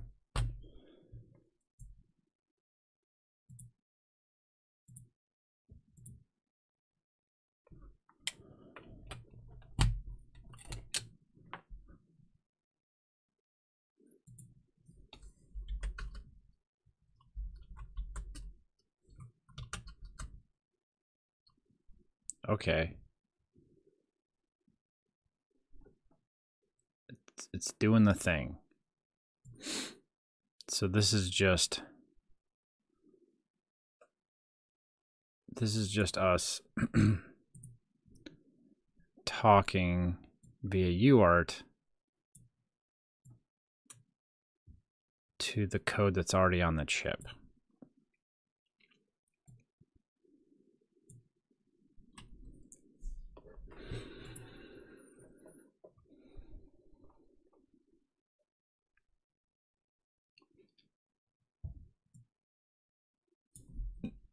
To some degree, okay, station mode.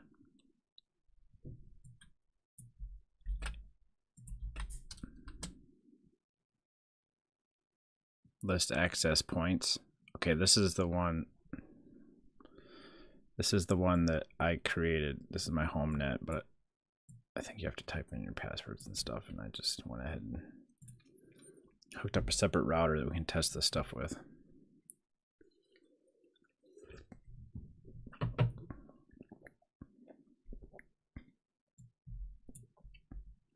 So if we want to connect to this, do I type in the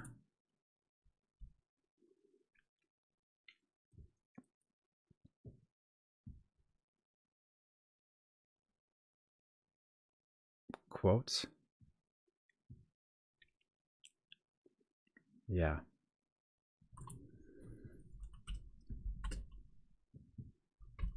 Yep.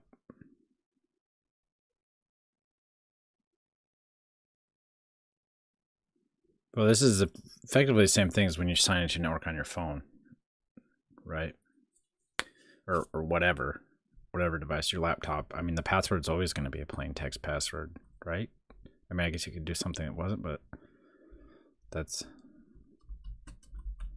the normal thing.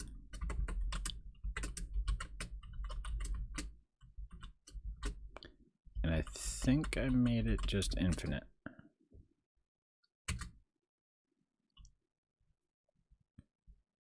Connected. We did it. Got IP. Okay. I think. Oh.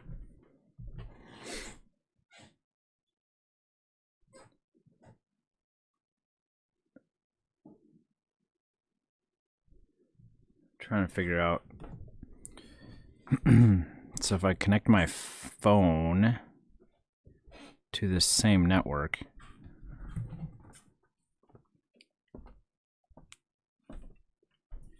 then I can do, we got it.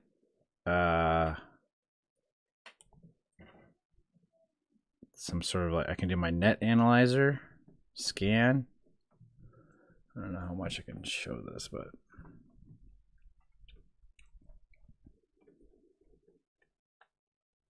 I think that's it. I don't know. Does it tell me what my IP address is?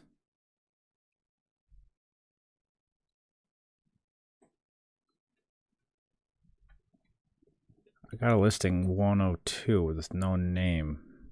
I don't recognize anything on there.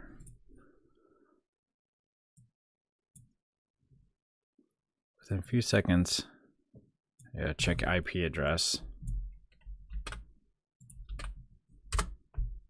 Yeah, 102. My phone doesn't list anything; it just says NA. But yeah, so it's connected. So alternate way, if you're tired of typing all these things in,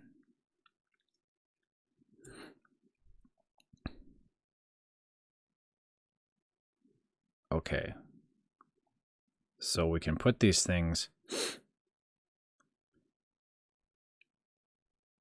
this is kind of going in the direction that I want.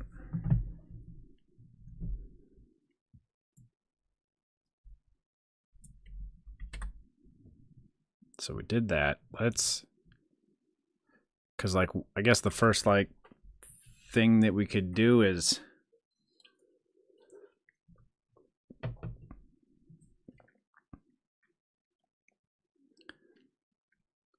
have the NES display wireless networks that are found. I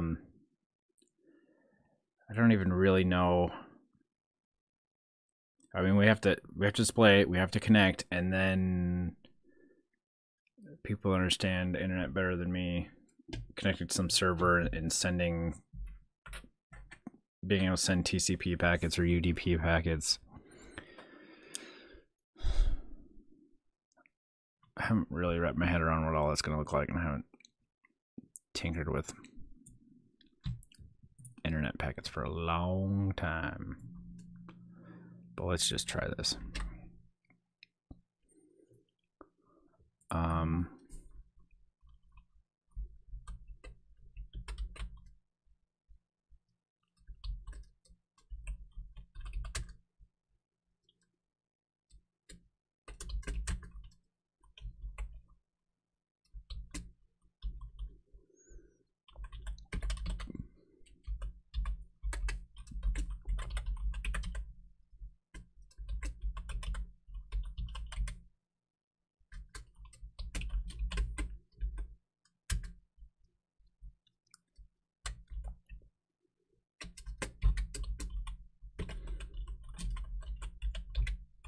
Oops.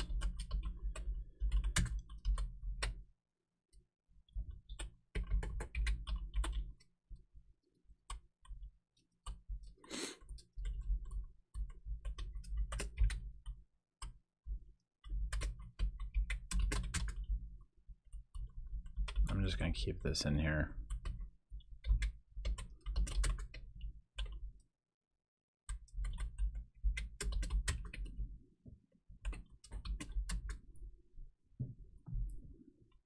So then in Arduino, we'll have a new,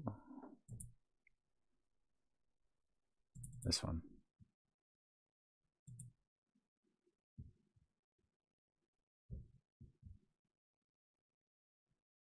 I thought oh, this. What? I really don't understand. Why is this? They're both in the same folder. Is that why it doesn't like it? File, close. Yeah, I guess.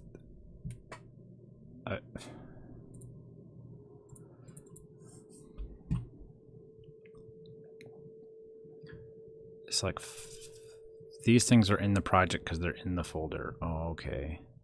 I guess I don't.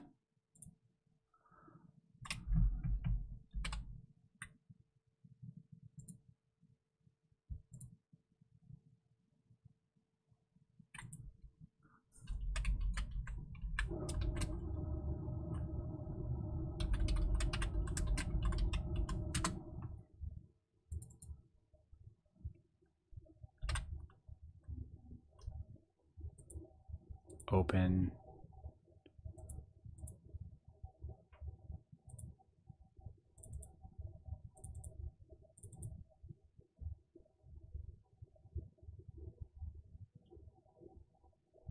Yeah, sure. What? I don't. So it needs to be in a folder that then has a file named that.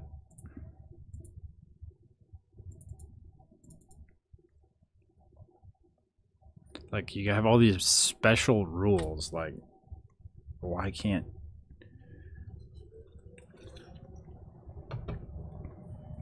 Like, in trying to make it super intuitive, it's so unintuitive. If you know how to use a computer, I don't know.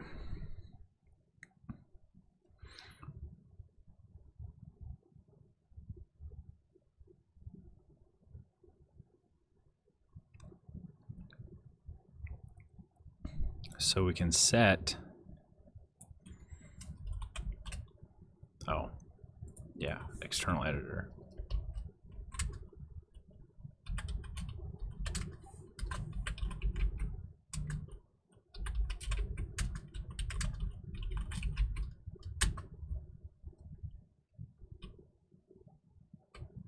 All right, take care. We'll see you around. So I guess if we include this, we're going to go look at this. So I think we weren't, right? So we have these functions available just from having this header file. And now we can do the things.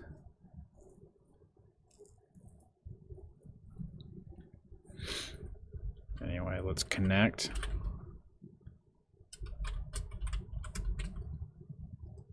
What was it? NESnet TP link password.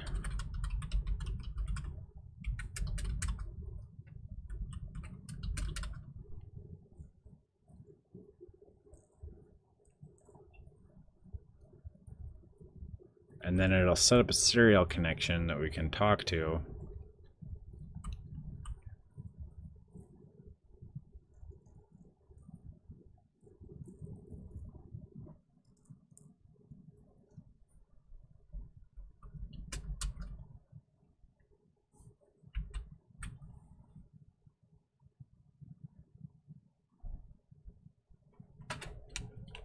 All right, I'm not gonna, my one that's in a bag, I'm not gonna mess with it.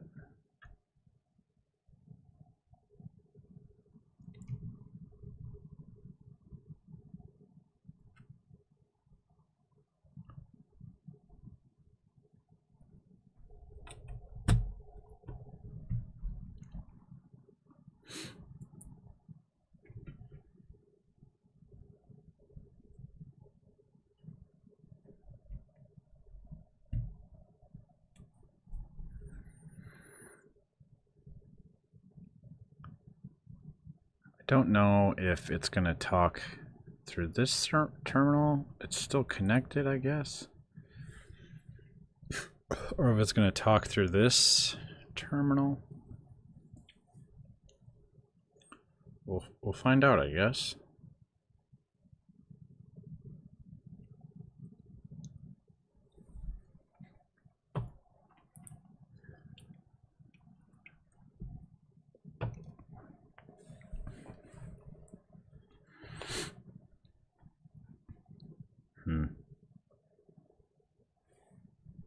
Oh, I think I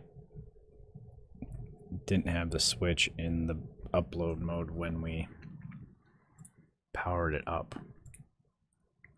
Gotta recompile it. What if we change something? There's no possible way we could tell if something changed in the file. Better just recompile.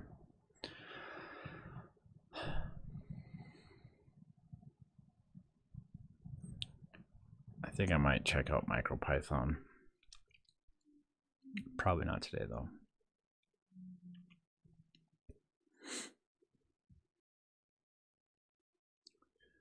So we can use the library to do internet things. And we can use the GPIO to do things. Kind of what I'm thinking is,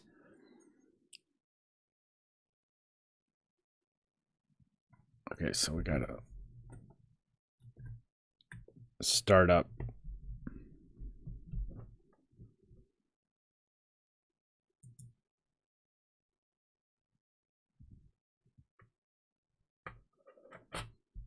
I don't know if it did the thing.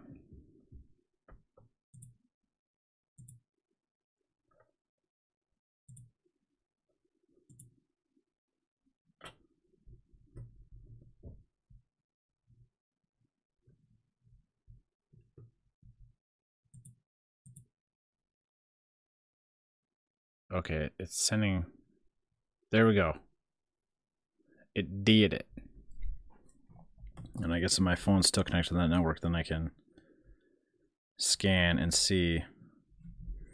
It says 102 still on my phone. Here it says 103.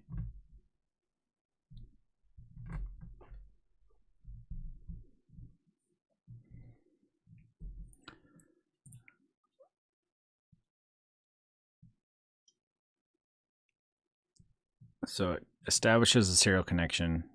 It connects. While it's not connected, it prints some asterisks. And then it prints the Wi-Fi connection. So let's try it again.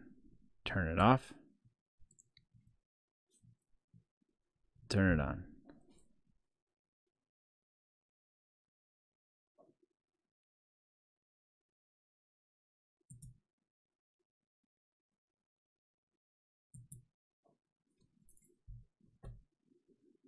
It's like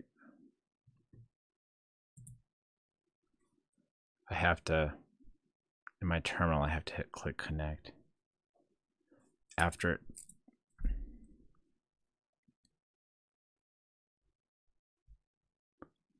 I don't know how to, like if it loses the connection.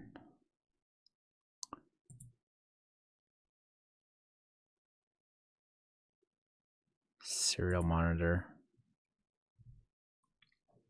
Busy. Let's disconnect here. Tools.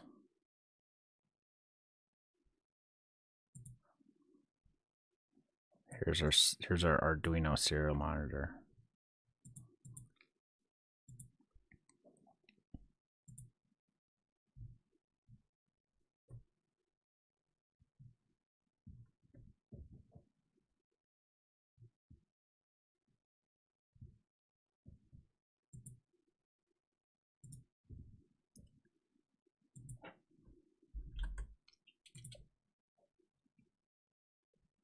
I don't know.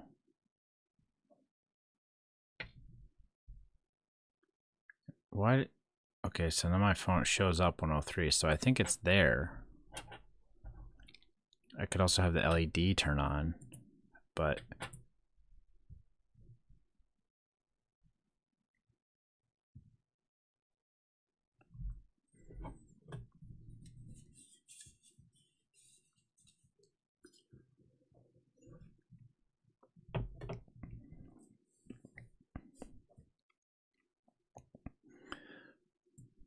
go look at this.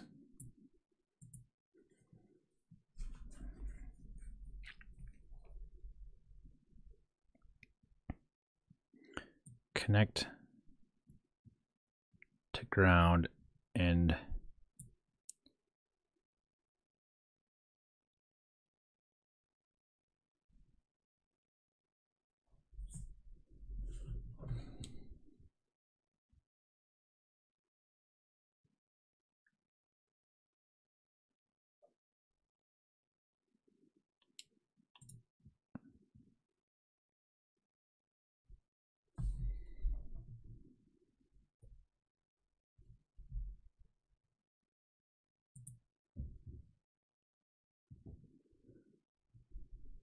anyway, this works.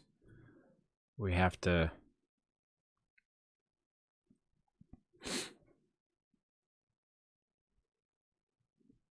it'll send that serial to nowhere if nothing's listening, I guess.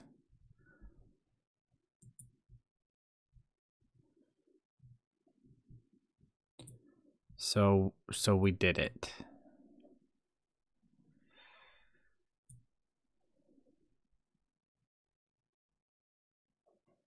In the next tutorial, God bless you, Ravi. Send an email.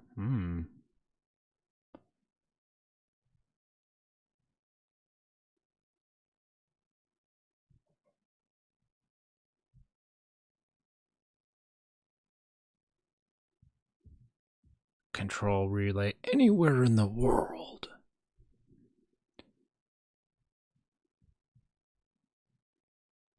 Here's the commands.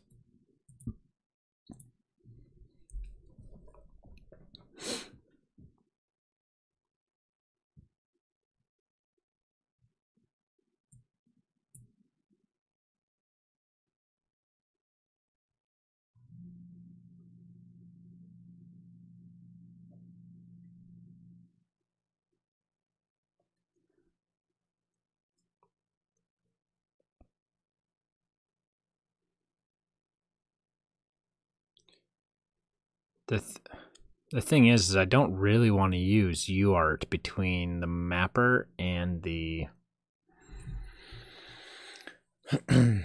chip.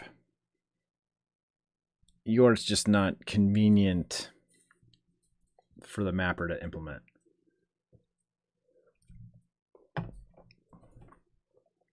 Well, yeah. I'd rather use Sear Parallel, but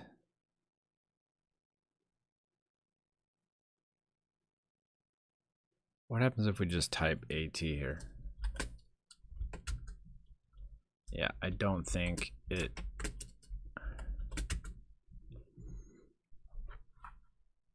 Because all that's really running on this thing is this guy. That's it.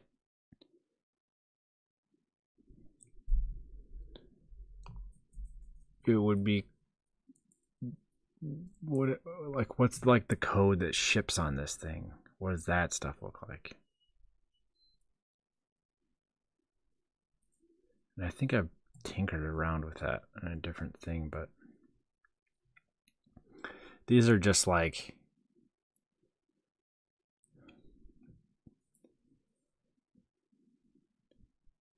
you can,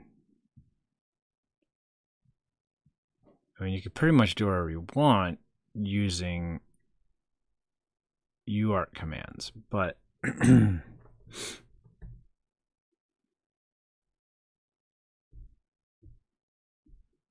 don't want to have to use UART commands.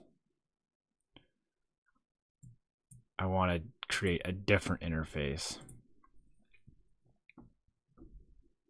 And so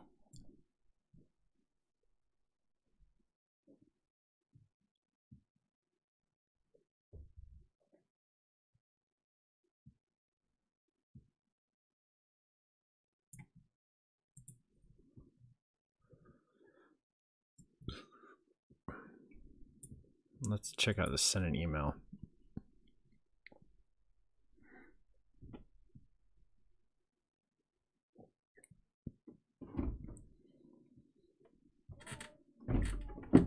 I think this, I've actually got this guy. It looks a lot similar somewhere.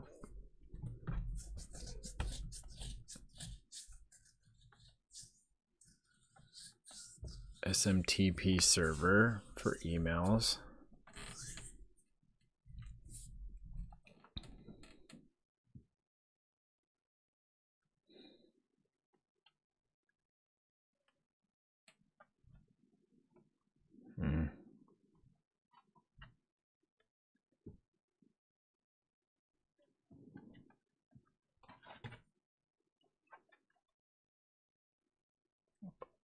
I want to see this ESP. I want to see this file.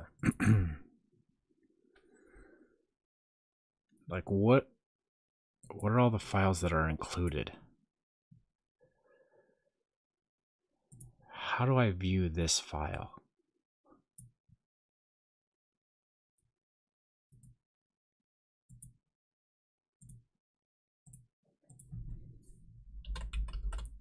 Like Arduino wants to hide everything from me. I guess it was in the link that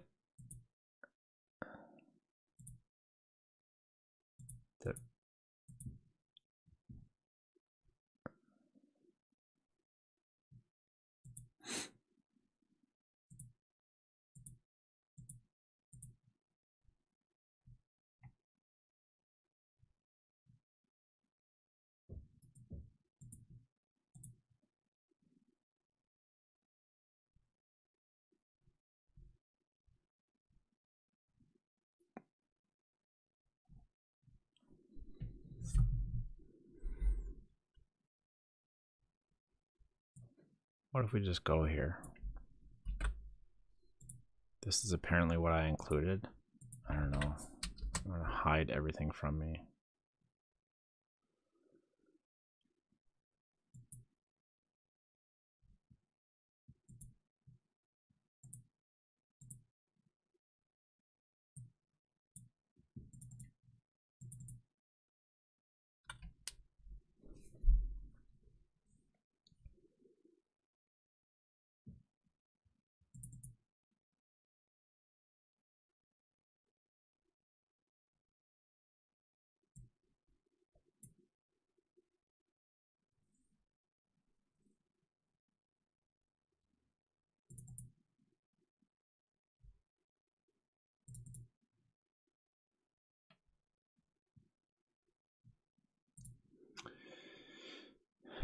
Anyway, I don't know. I might call it a day.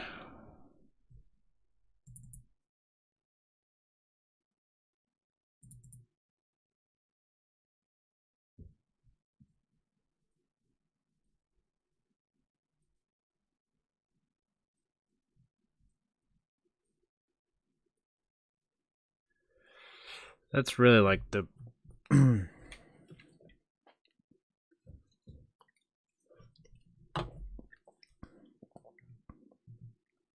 the bulk of like what I need to figure out and understand.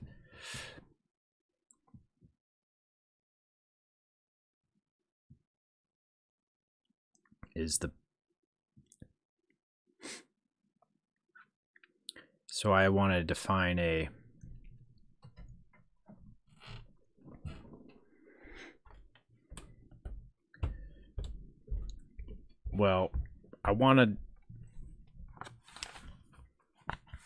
I want to define a hardware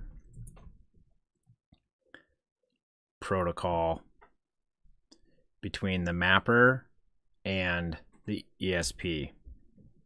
I would rather not use UART just because having that in a CPLD is going to be costly.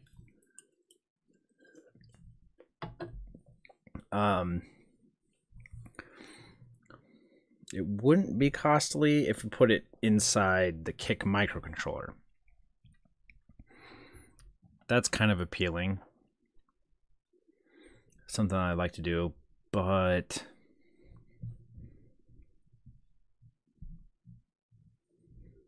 ideally that would have a hardware interface with the mapper also. So yeah.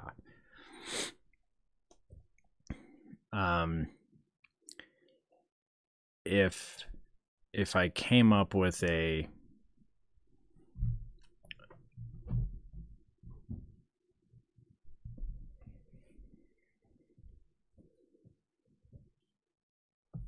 need to better understand these libraries that are available to me. Maybe go and look at some of the examples.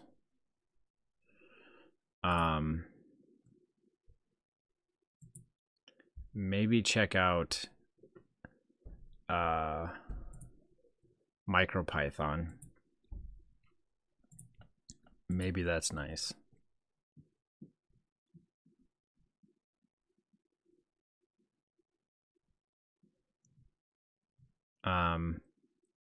But if I have a hardware interface defined with the mapper, then like that's really what's like what I need to do. That'll allow me to put the hardware in other people's hands that better understand the internet side of things, but not the hardware side. So if I have I guess a proof of concept for me would be just to make a dumb little sketch that communicates through the 2 GPIO that we have. Can do something like on the ESP01 it could turn the LED on because it's on a different GPIO. But twiddling those pins from the microcontroller side or from the mapper side is going to turn that LED on and off with the ESP01, but whatever. So maybe we think about that a little bit, because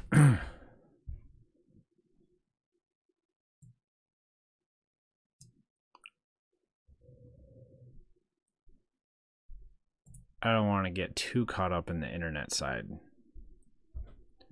yet. We got to get connected so the NES can talk to this chip. And I would like it to be so.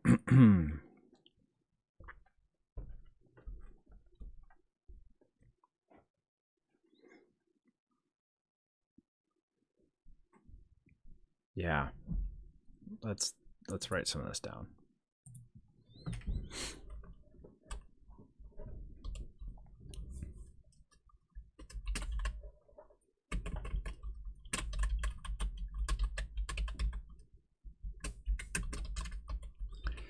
So we want to define a serial interface.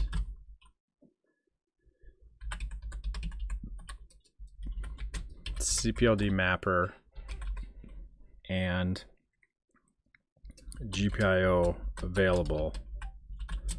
Shut up. Oh, my laptop's what's making all the noise.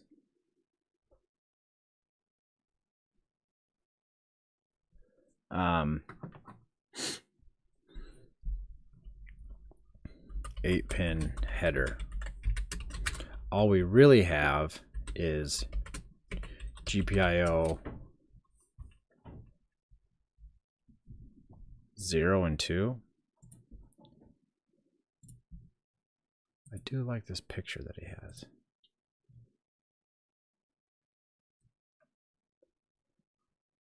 Well, technically we have 4 GPIO, because we can do whatever we want with these transmit and receives.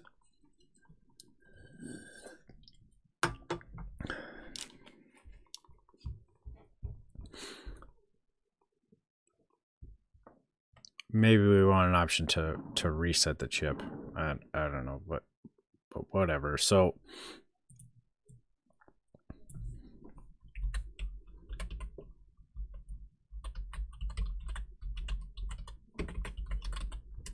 available pins.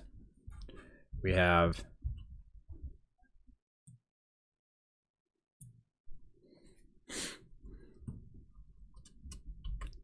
GPIO 2, and this is effectively unused on ESP01. It's the blue LED on ESP01S. We have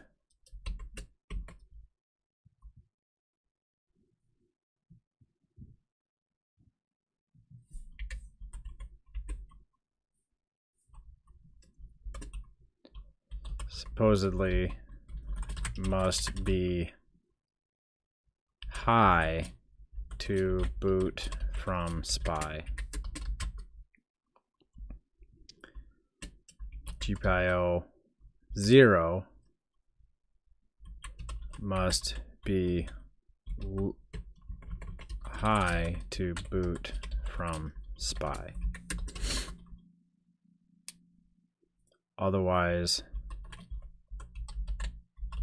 unused. I believe GPIO 1 is transmit and GPIO 3 is receive.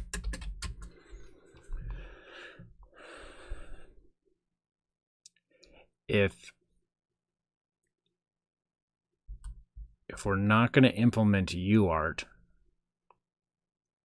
yeah, we did get it flashed. We got it flashed, and we ran a little tutorial, not tutorial. Well, I guess there was a tutorial for connecting it to a network. With this tiny little sketch here. So we include the Wi-Fi. You put in your SSID and your password.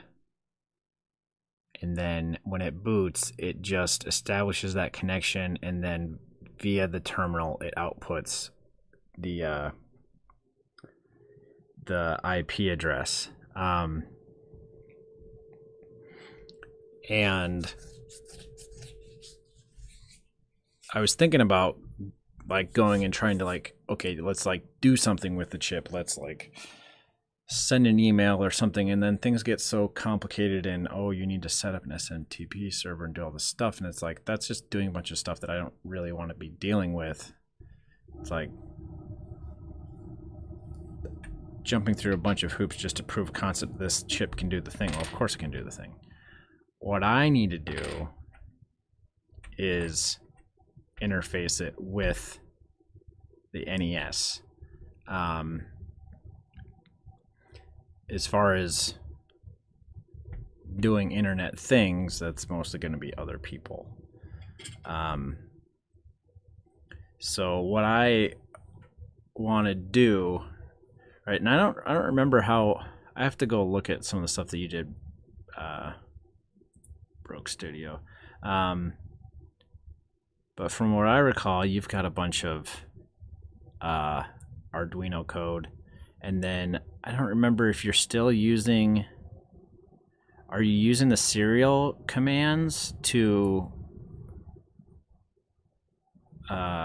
communicate, or because you have a serial interface in between the mapper and the ESP, but then like I guess where I wonder is like where's all of your intelligence? Like it's in the NES code sending the commands, or is it in the ESP and the ESP just gets data via serial and then does all the internet things with it and pushes it out?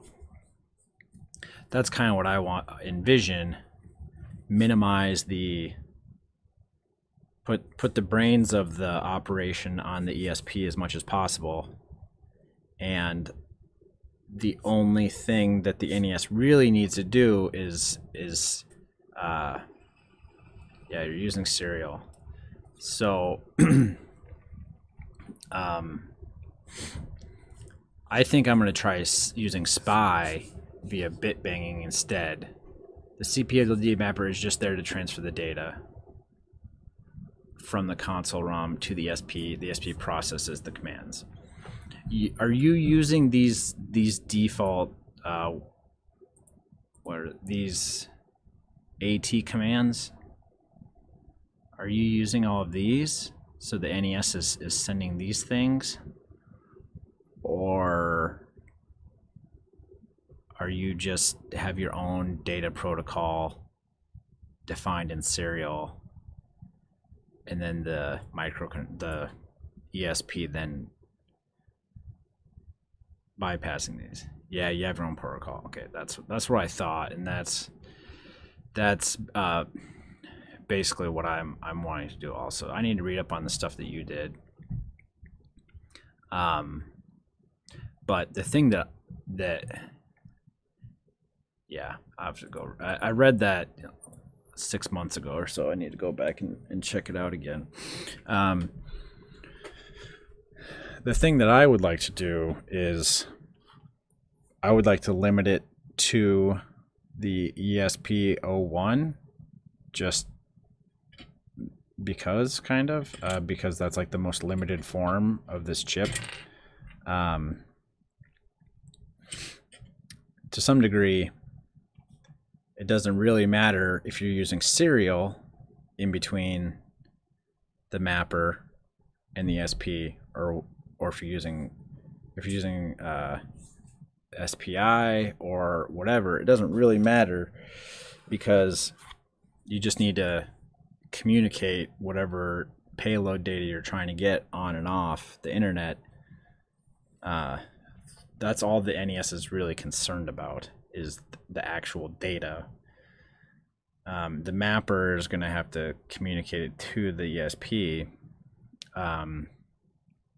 but then from there, it's the code that's running on the ESP that's actually doing all of the internet things, and that's the stuff that's like above my head right now. What I would like to do is use the 4 GPIO that are pinned out on the ESP01. I can use these same transmit and receive pins. I think that's probably what I'll do. It doesn't really matter. I can always change my mind, but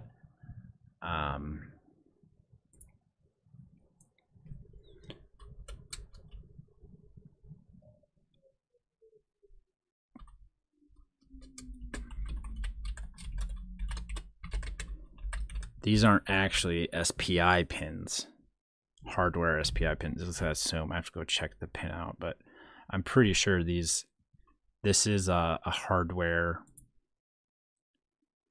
serial interface, the transmit and receive.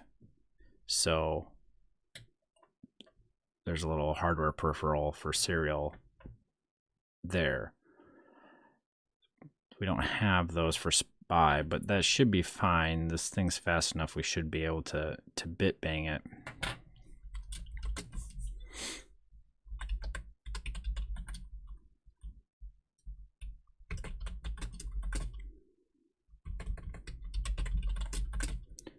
And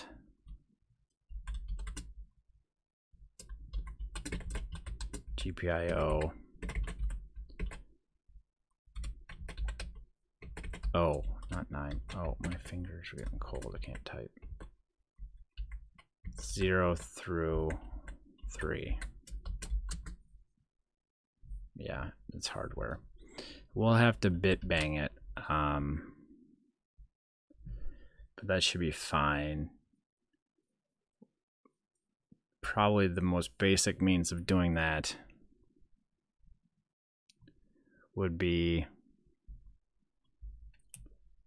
if we can have an interrupt pin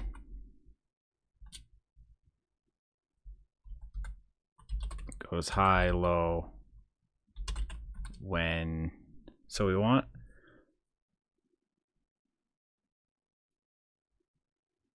need to be able to send and receive data. We need, the easiest way to do it in a CPLD is to use SPI. Keep in mind that transmit always uses a debugger output from the ESP firmware. Let's make that note.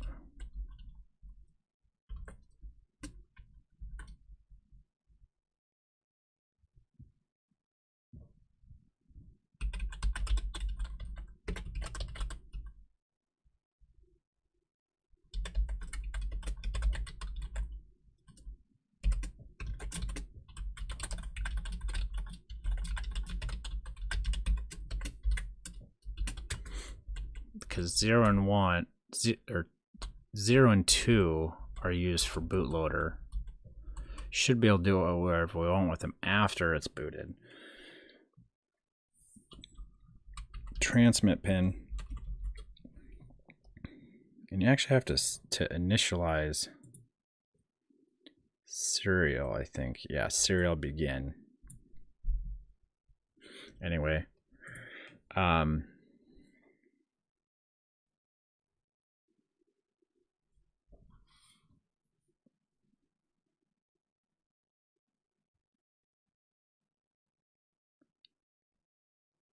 the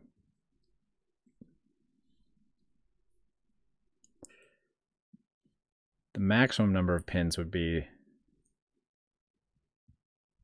well, so if we had a shift register,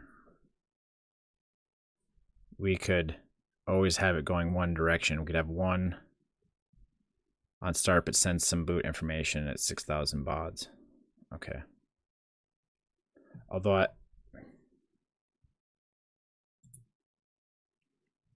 like it just always does that, even if you don't.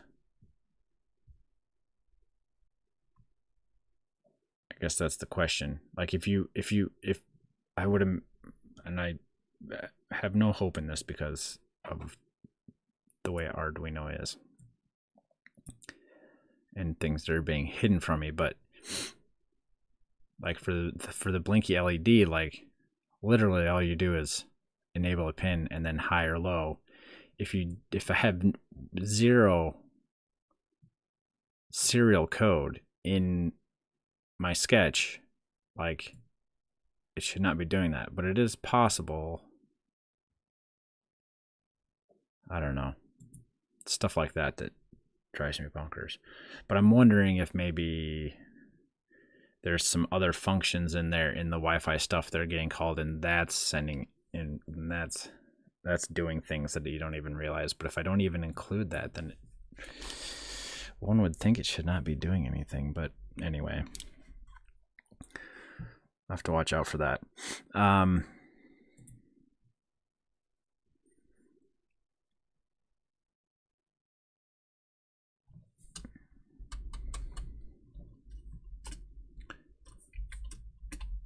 So if we had an interrupt pin when the NES wrote to the data register, so 65 will say we have a register at 5. This SPI register is at 5,000. When the NES writes to that register, so write via parallel to that register, then the mapper would take the interrupt pin, whichever, if I don't know if it matters for the ESP, but we'll take it high or low, and then the ESP knows to go grab that data. We could have a unidirectional data line or bidirectional, or we could have 2 unidirectionals. It might be easier to have 2 unidirectionals, one in, one out, and then a clock.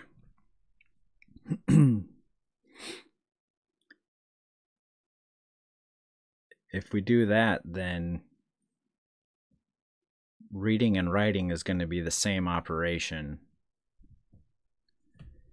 And as the ESP reads that register via serial, it'll also be writing to it. So that would give the NES an indication that, oh, my command has been received, right? So if it feeds in all ones or all zeros or some sentinel value, then the NES could sit there and keep reading from that same register and be like, okay, my command's been received.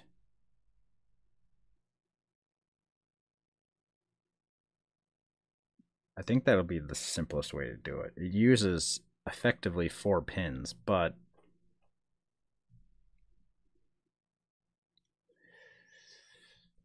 it's kind of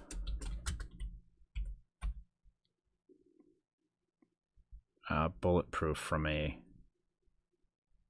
did my data go, not losing data, and using minimal hardware. So need a clock pin,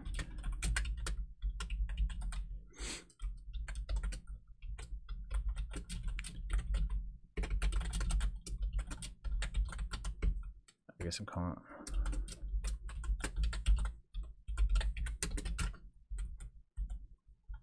the NES reads, writes via parallel to the data register mapped to something like 5,000.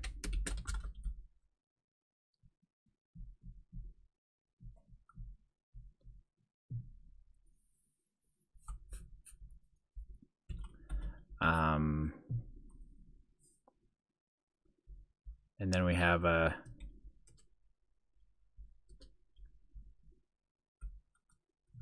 two data unidirectional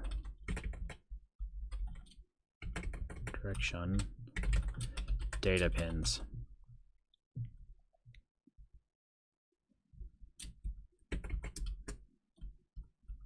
In, out of the SPI register.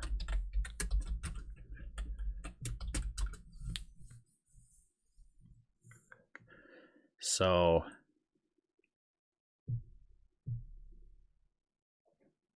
that's like minimal hardware. Also, I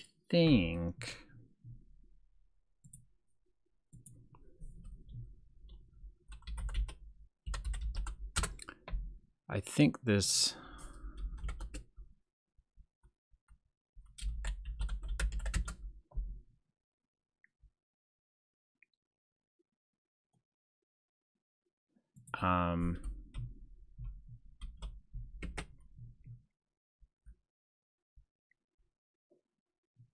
that's not what I'm looking for. I'm looking for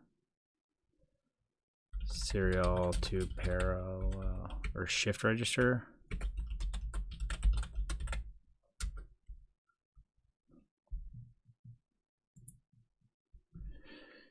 Because I would like to have a means without any sort of CPLD or anything, and then you'd only need address decoding for 5,000. If it would be cool to implement this in like maybe like 3 logic chips.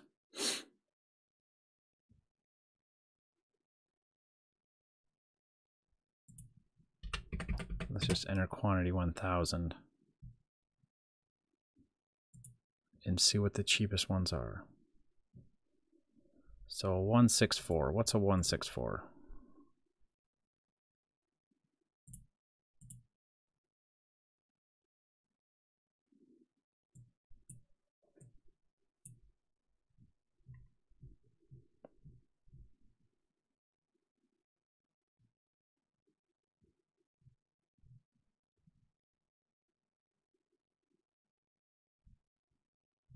How does this guy work? Serial in. So this seems to be serial in and parallel out. That's not good enough.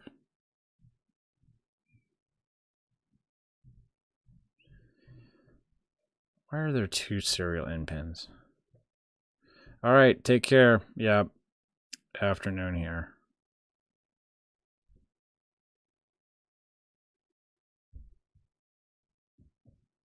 How does this guy work? On rising edges of clock, if clear is high.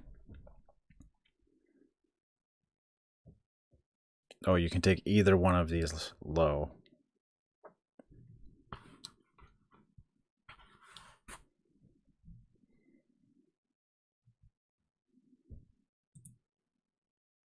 I don't like a 164. A 9164 is probably not much better.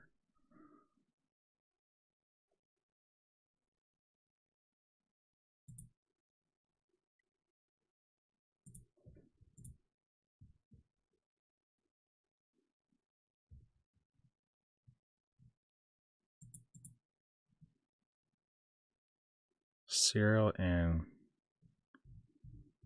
clear load. It has a load pin.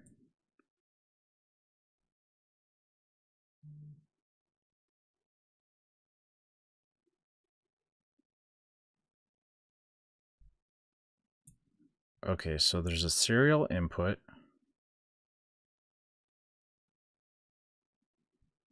Ooh, this is looking good. We have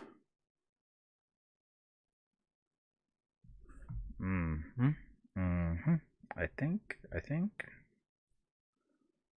think this might work.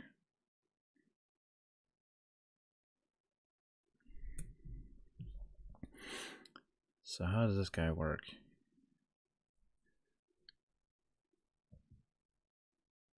Parallel input outputs, serial input.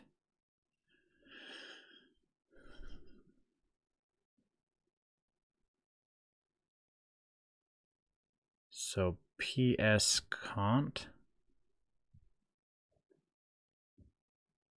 parallel serial control, parallel outputs, parallel inputs.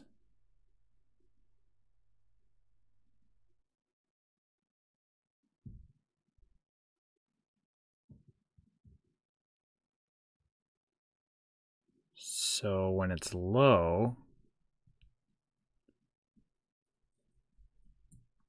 it's parallel output.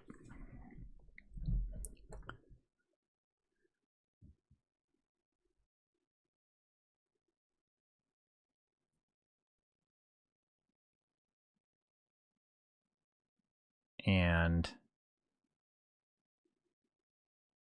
we have to have clear, so we'll clear the shift register if you ever set clear to low, but we probably won't do that. Keep it high. The serial input high or low on a rising edge of clock, the first stage becomes high or low, the other stages will shift.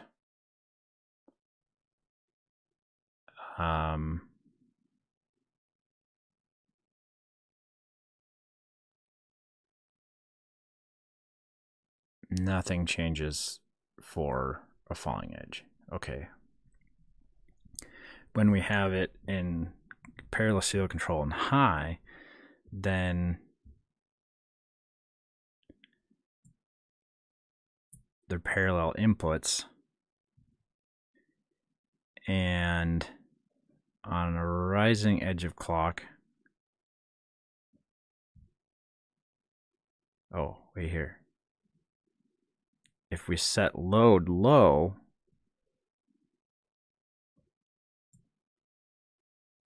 then we'll latch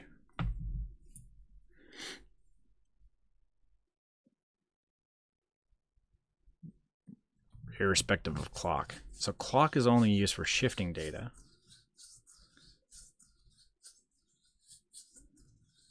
This basically becomes like a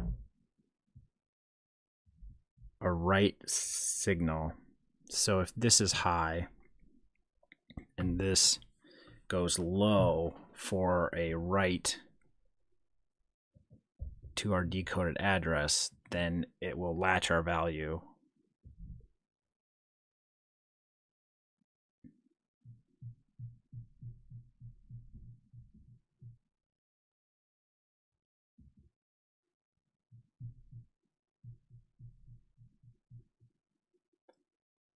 This can still be in high, and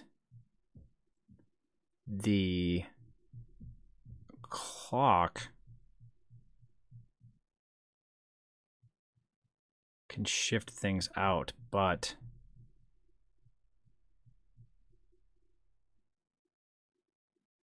what about the QC8 output? Because Yeah, this is what we so this is basically the serial out. This is serial in, this is serial out. Wait, what's Q? Why is there a so 1, 2, 3, 4, 5, 6, 7, 8. But then we have one extra one.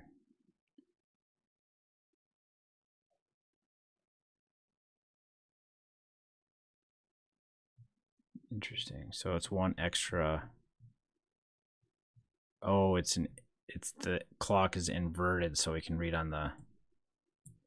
Yeah. Man, this is a good chip for this purpose.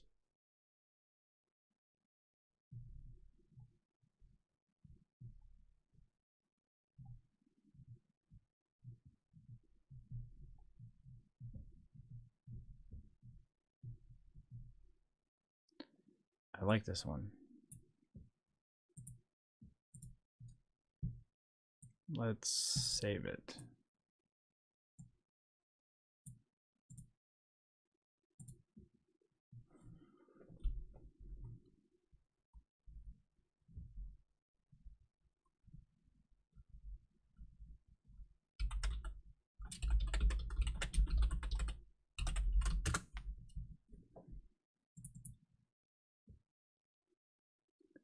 So this is a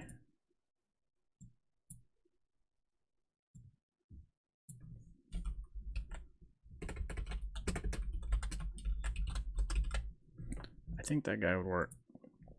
Still needs some decoding, but it does all of the functions that we want, and it would seem that it can be connected directly to the data bus. If we keep this high, then yeah, because it has tri-state register, so this will only enable the output when we set it low, and that's how the NES will be able to read. Take this low when reading from 5,000. Yeah, so we don't care about clear load, I guess, when reading. Normally we keep it high. We'll take it low when reading from 5,000. We'll take this low when writing to 5,000. That will load the register. And then the ESP will have to clock the data out. I guess we do have somewhat of a problem that the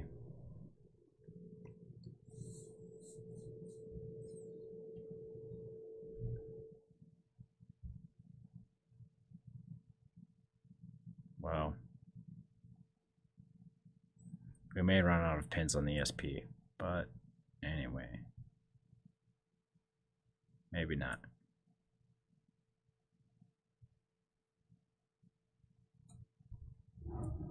It would be cool to be able to use this chip. 10-cent chip. What's a 9595?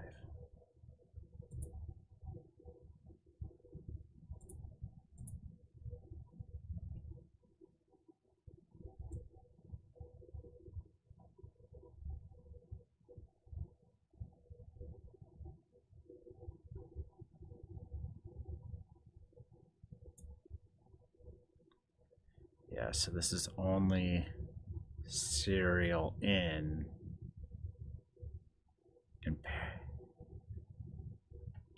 and parallel out.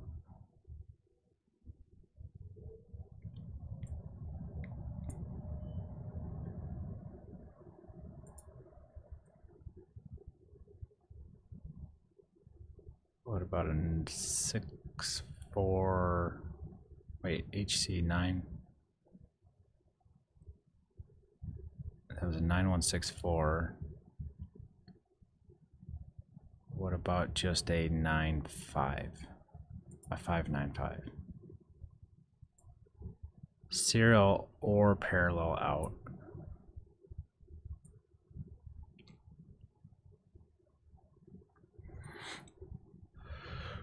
Yeah.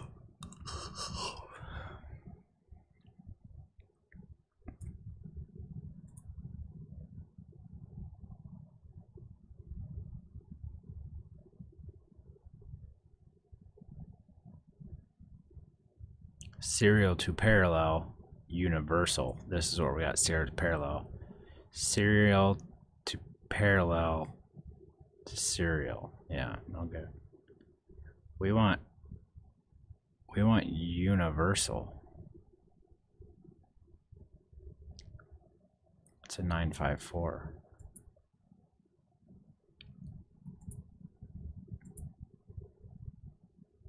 Or a 594.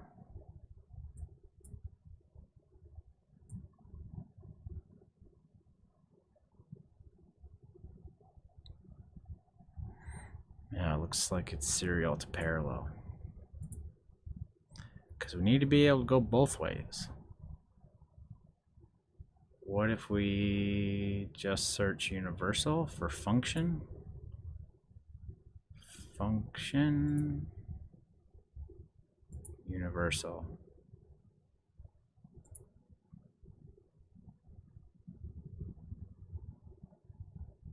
Do we get anything else? So we looked at a 9164. This chip's quite a bit more.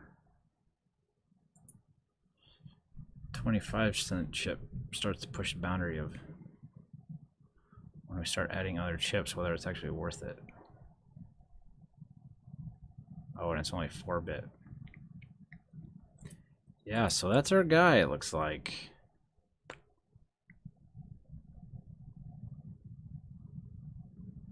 Get this puppy to work. Doesn't appear to come in a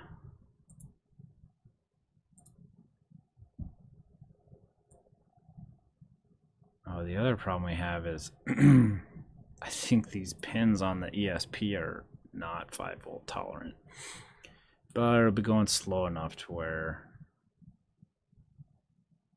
probably just use voltage divider. Oh wait,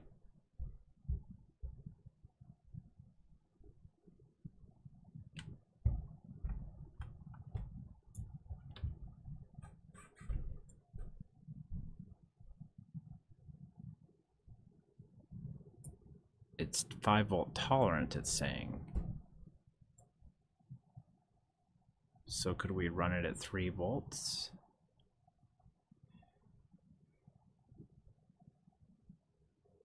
It's an HC part. Input voltage is not respected to VCC. Supply can be from 2 to 5.5. Oh, even better. It's a 5-volt tolerant part, it appears. Oh, it's a VHC, not HC.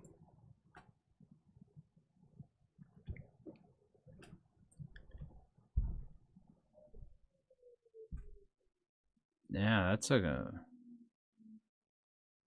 nice one, but I prefer the surface mount, but not everybody might. Anyway.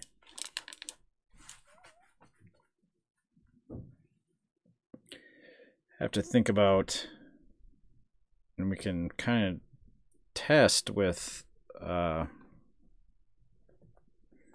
CPLD, but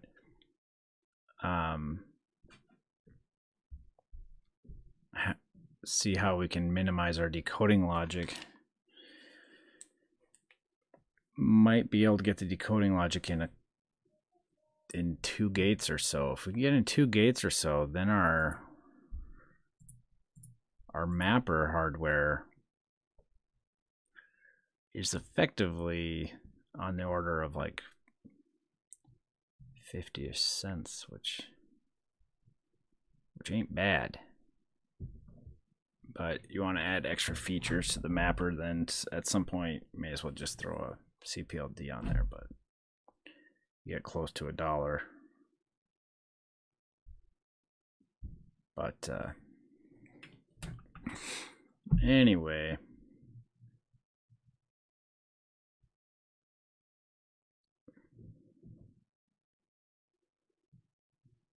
I like that guy.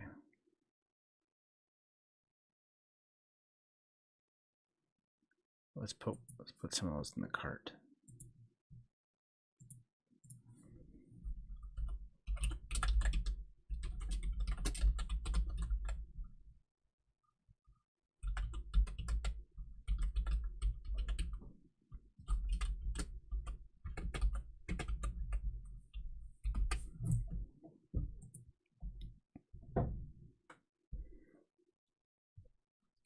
Doesn't make a whole lot of sense to do it, but conceivably, if you were really strapped for macro cells in the CPLD, you could throw this guy outside it. But I don't think there's going to be much value there. Anyway, yeah. So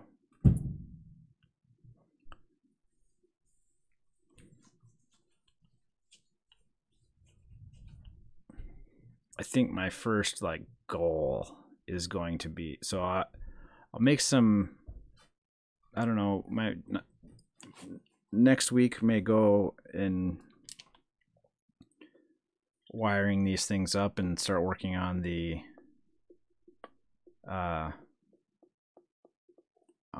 CPLD.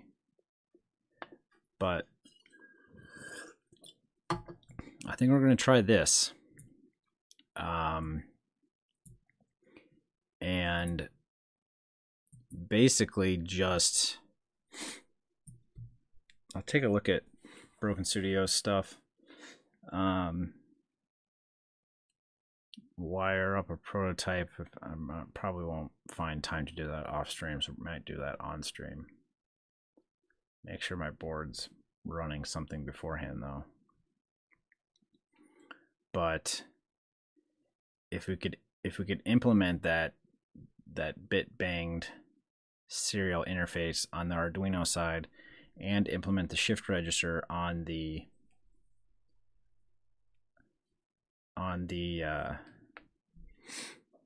mapper side, a pretty good like proof of concept of the hardware would be to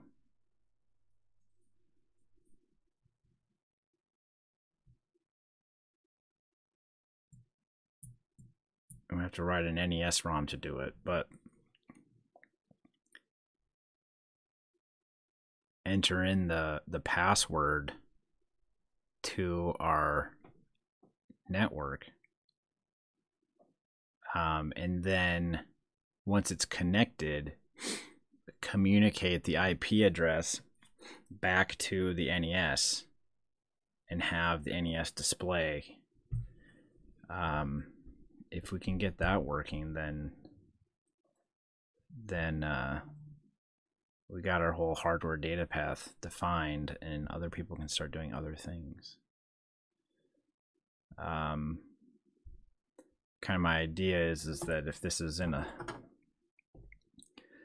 guy's in a socket similar to these, right, then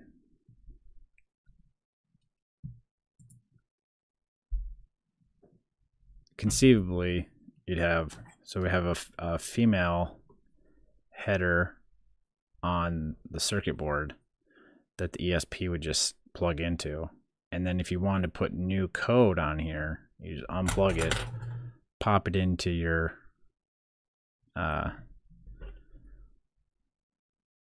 serial programmer, recompile your code, flash it on here, and then you'd have to unplug this guy from the USB programmer, plug it in, to the cartridge, and now you'd be running your new code. It's not it's a little bit tedious in that you need to unplug that thing back and forth, but I think it's good enough to get hardware in people's hands where they can start doing some other things. So yeah, I guess that was my recap of today's stream. I would consider it a success. We reestablished our tool chain, and we've got a good goal for how to move forward. I was thinking that the thing to do would be to try to, you know, send data out of the NES, but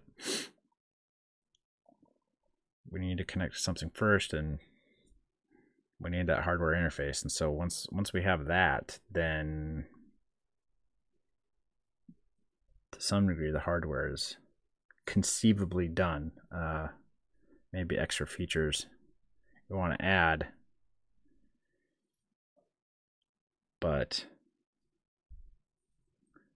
yeah, good start. So all right, thanks for everybody who tuned in and suffered through some of those pains for me getting started, but we got it going, and I'll be back Monday, I guess, working on some INL retro stuff. I don't know what exactly, but yeah.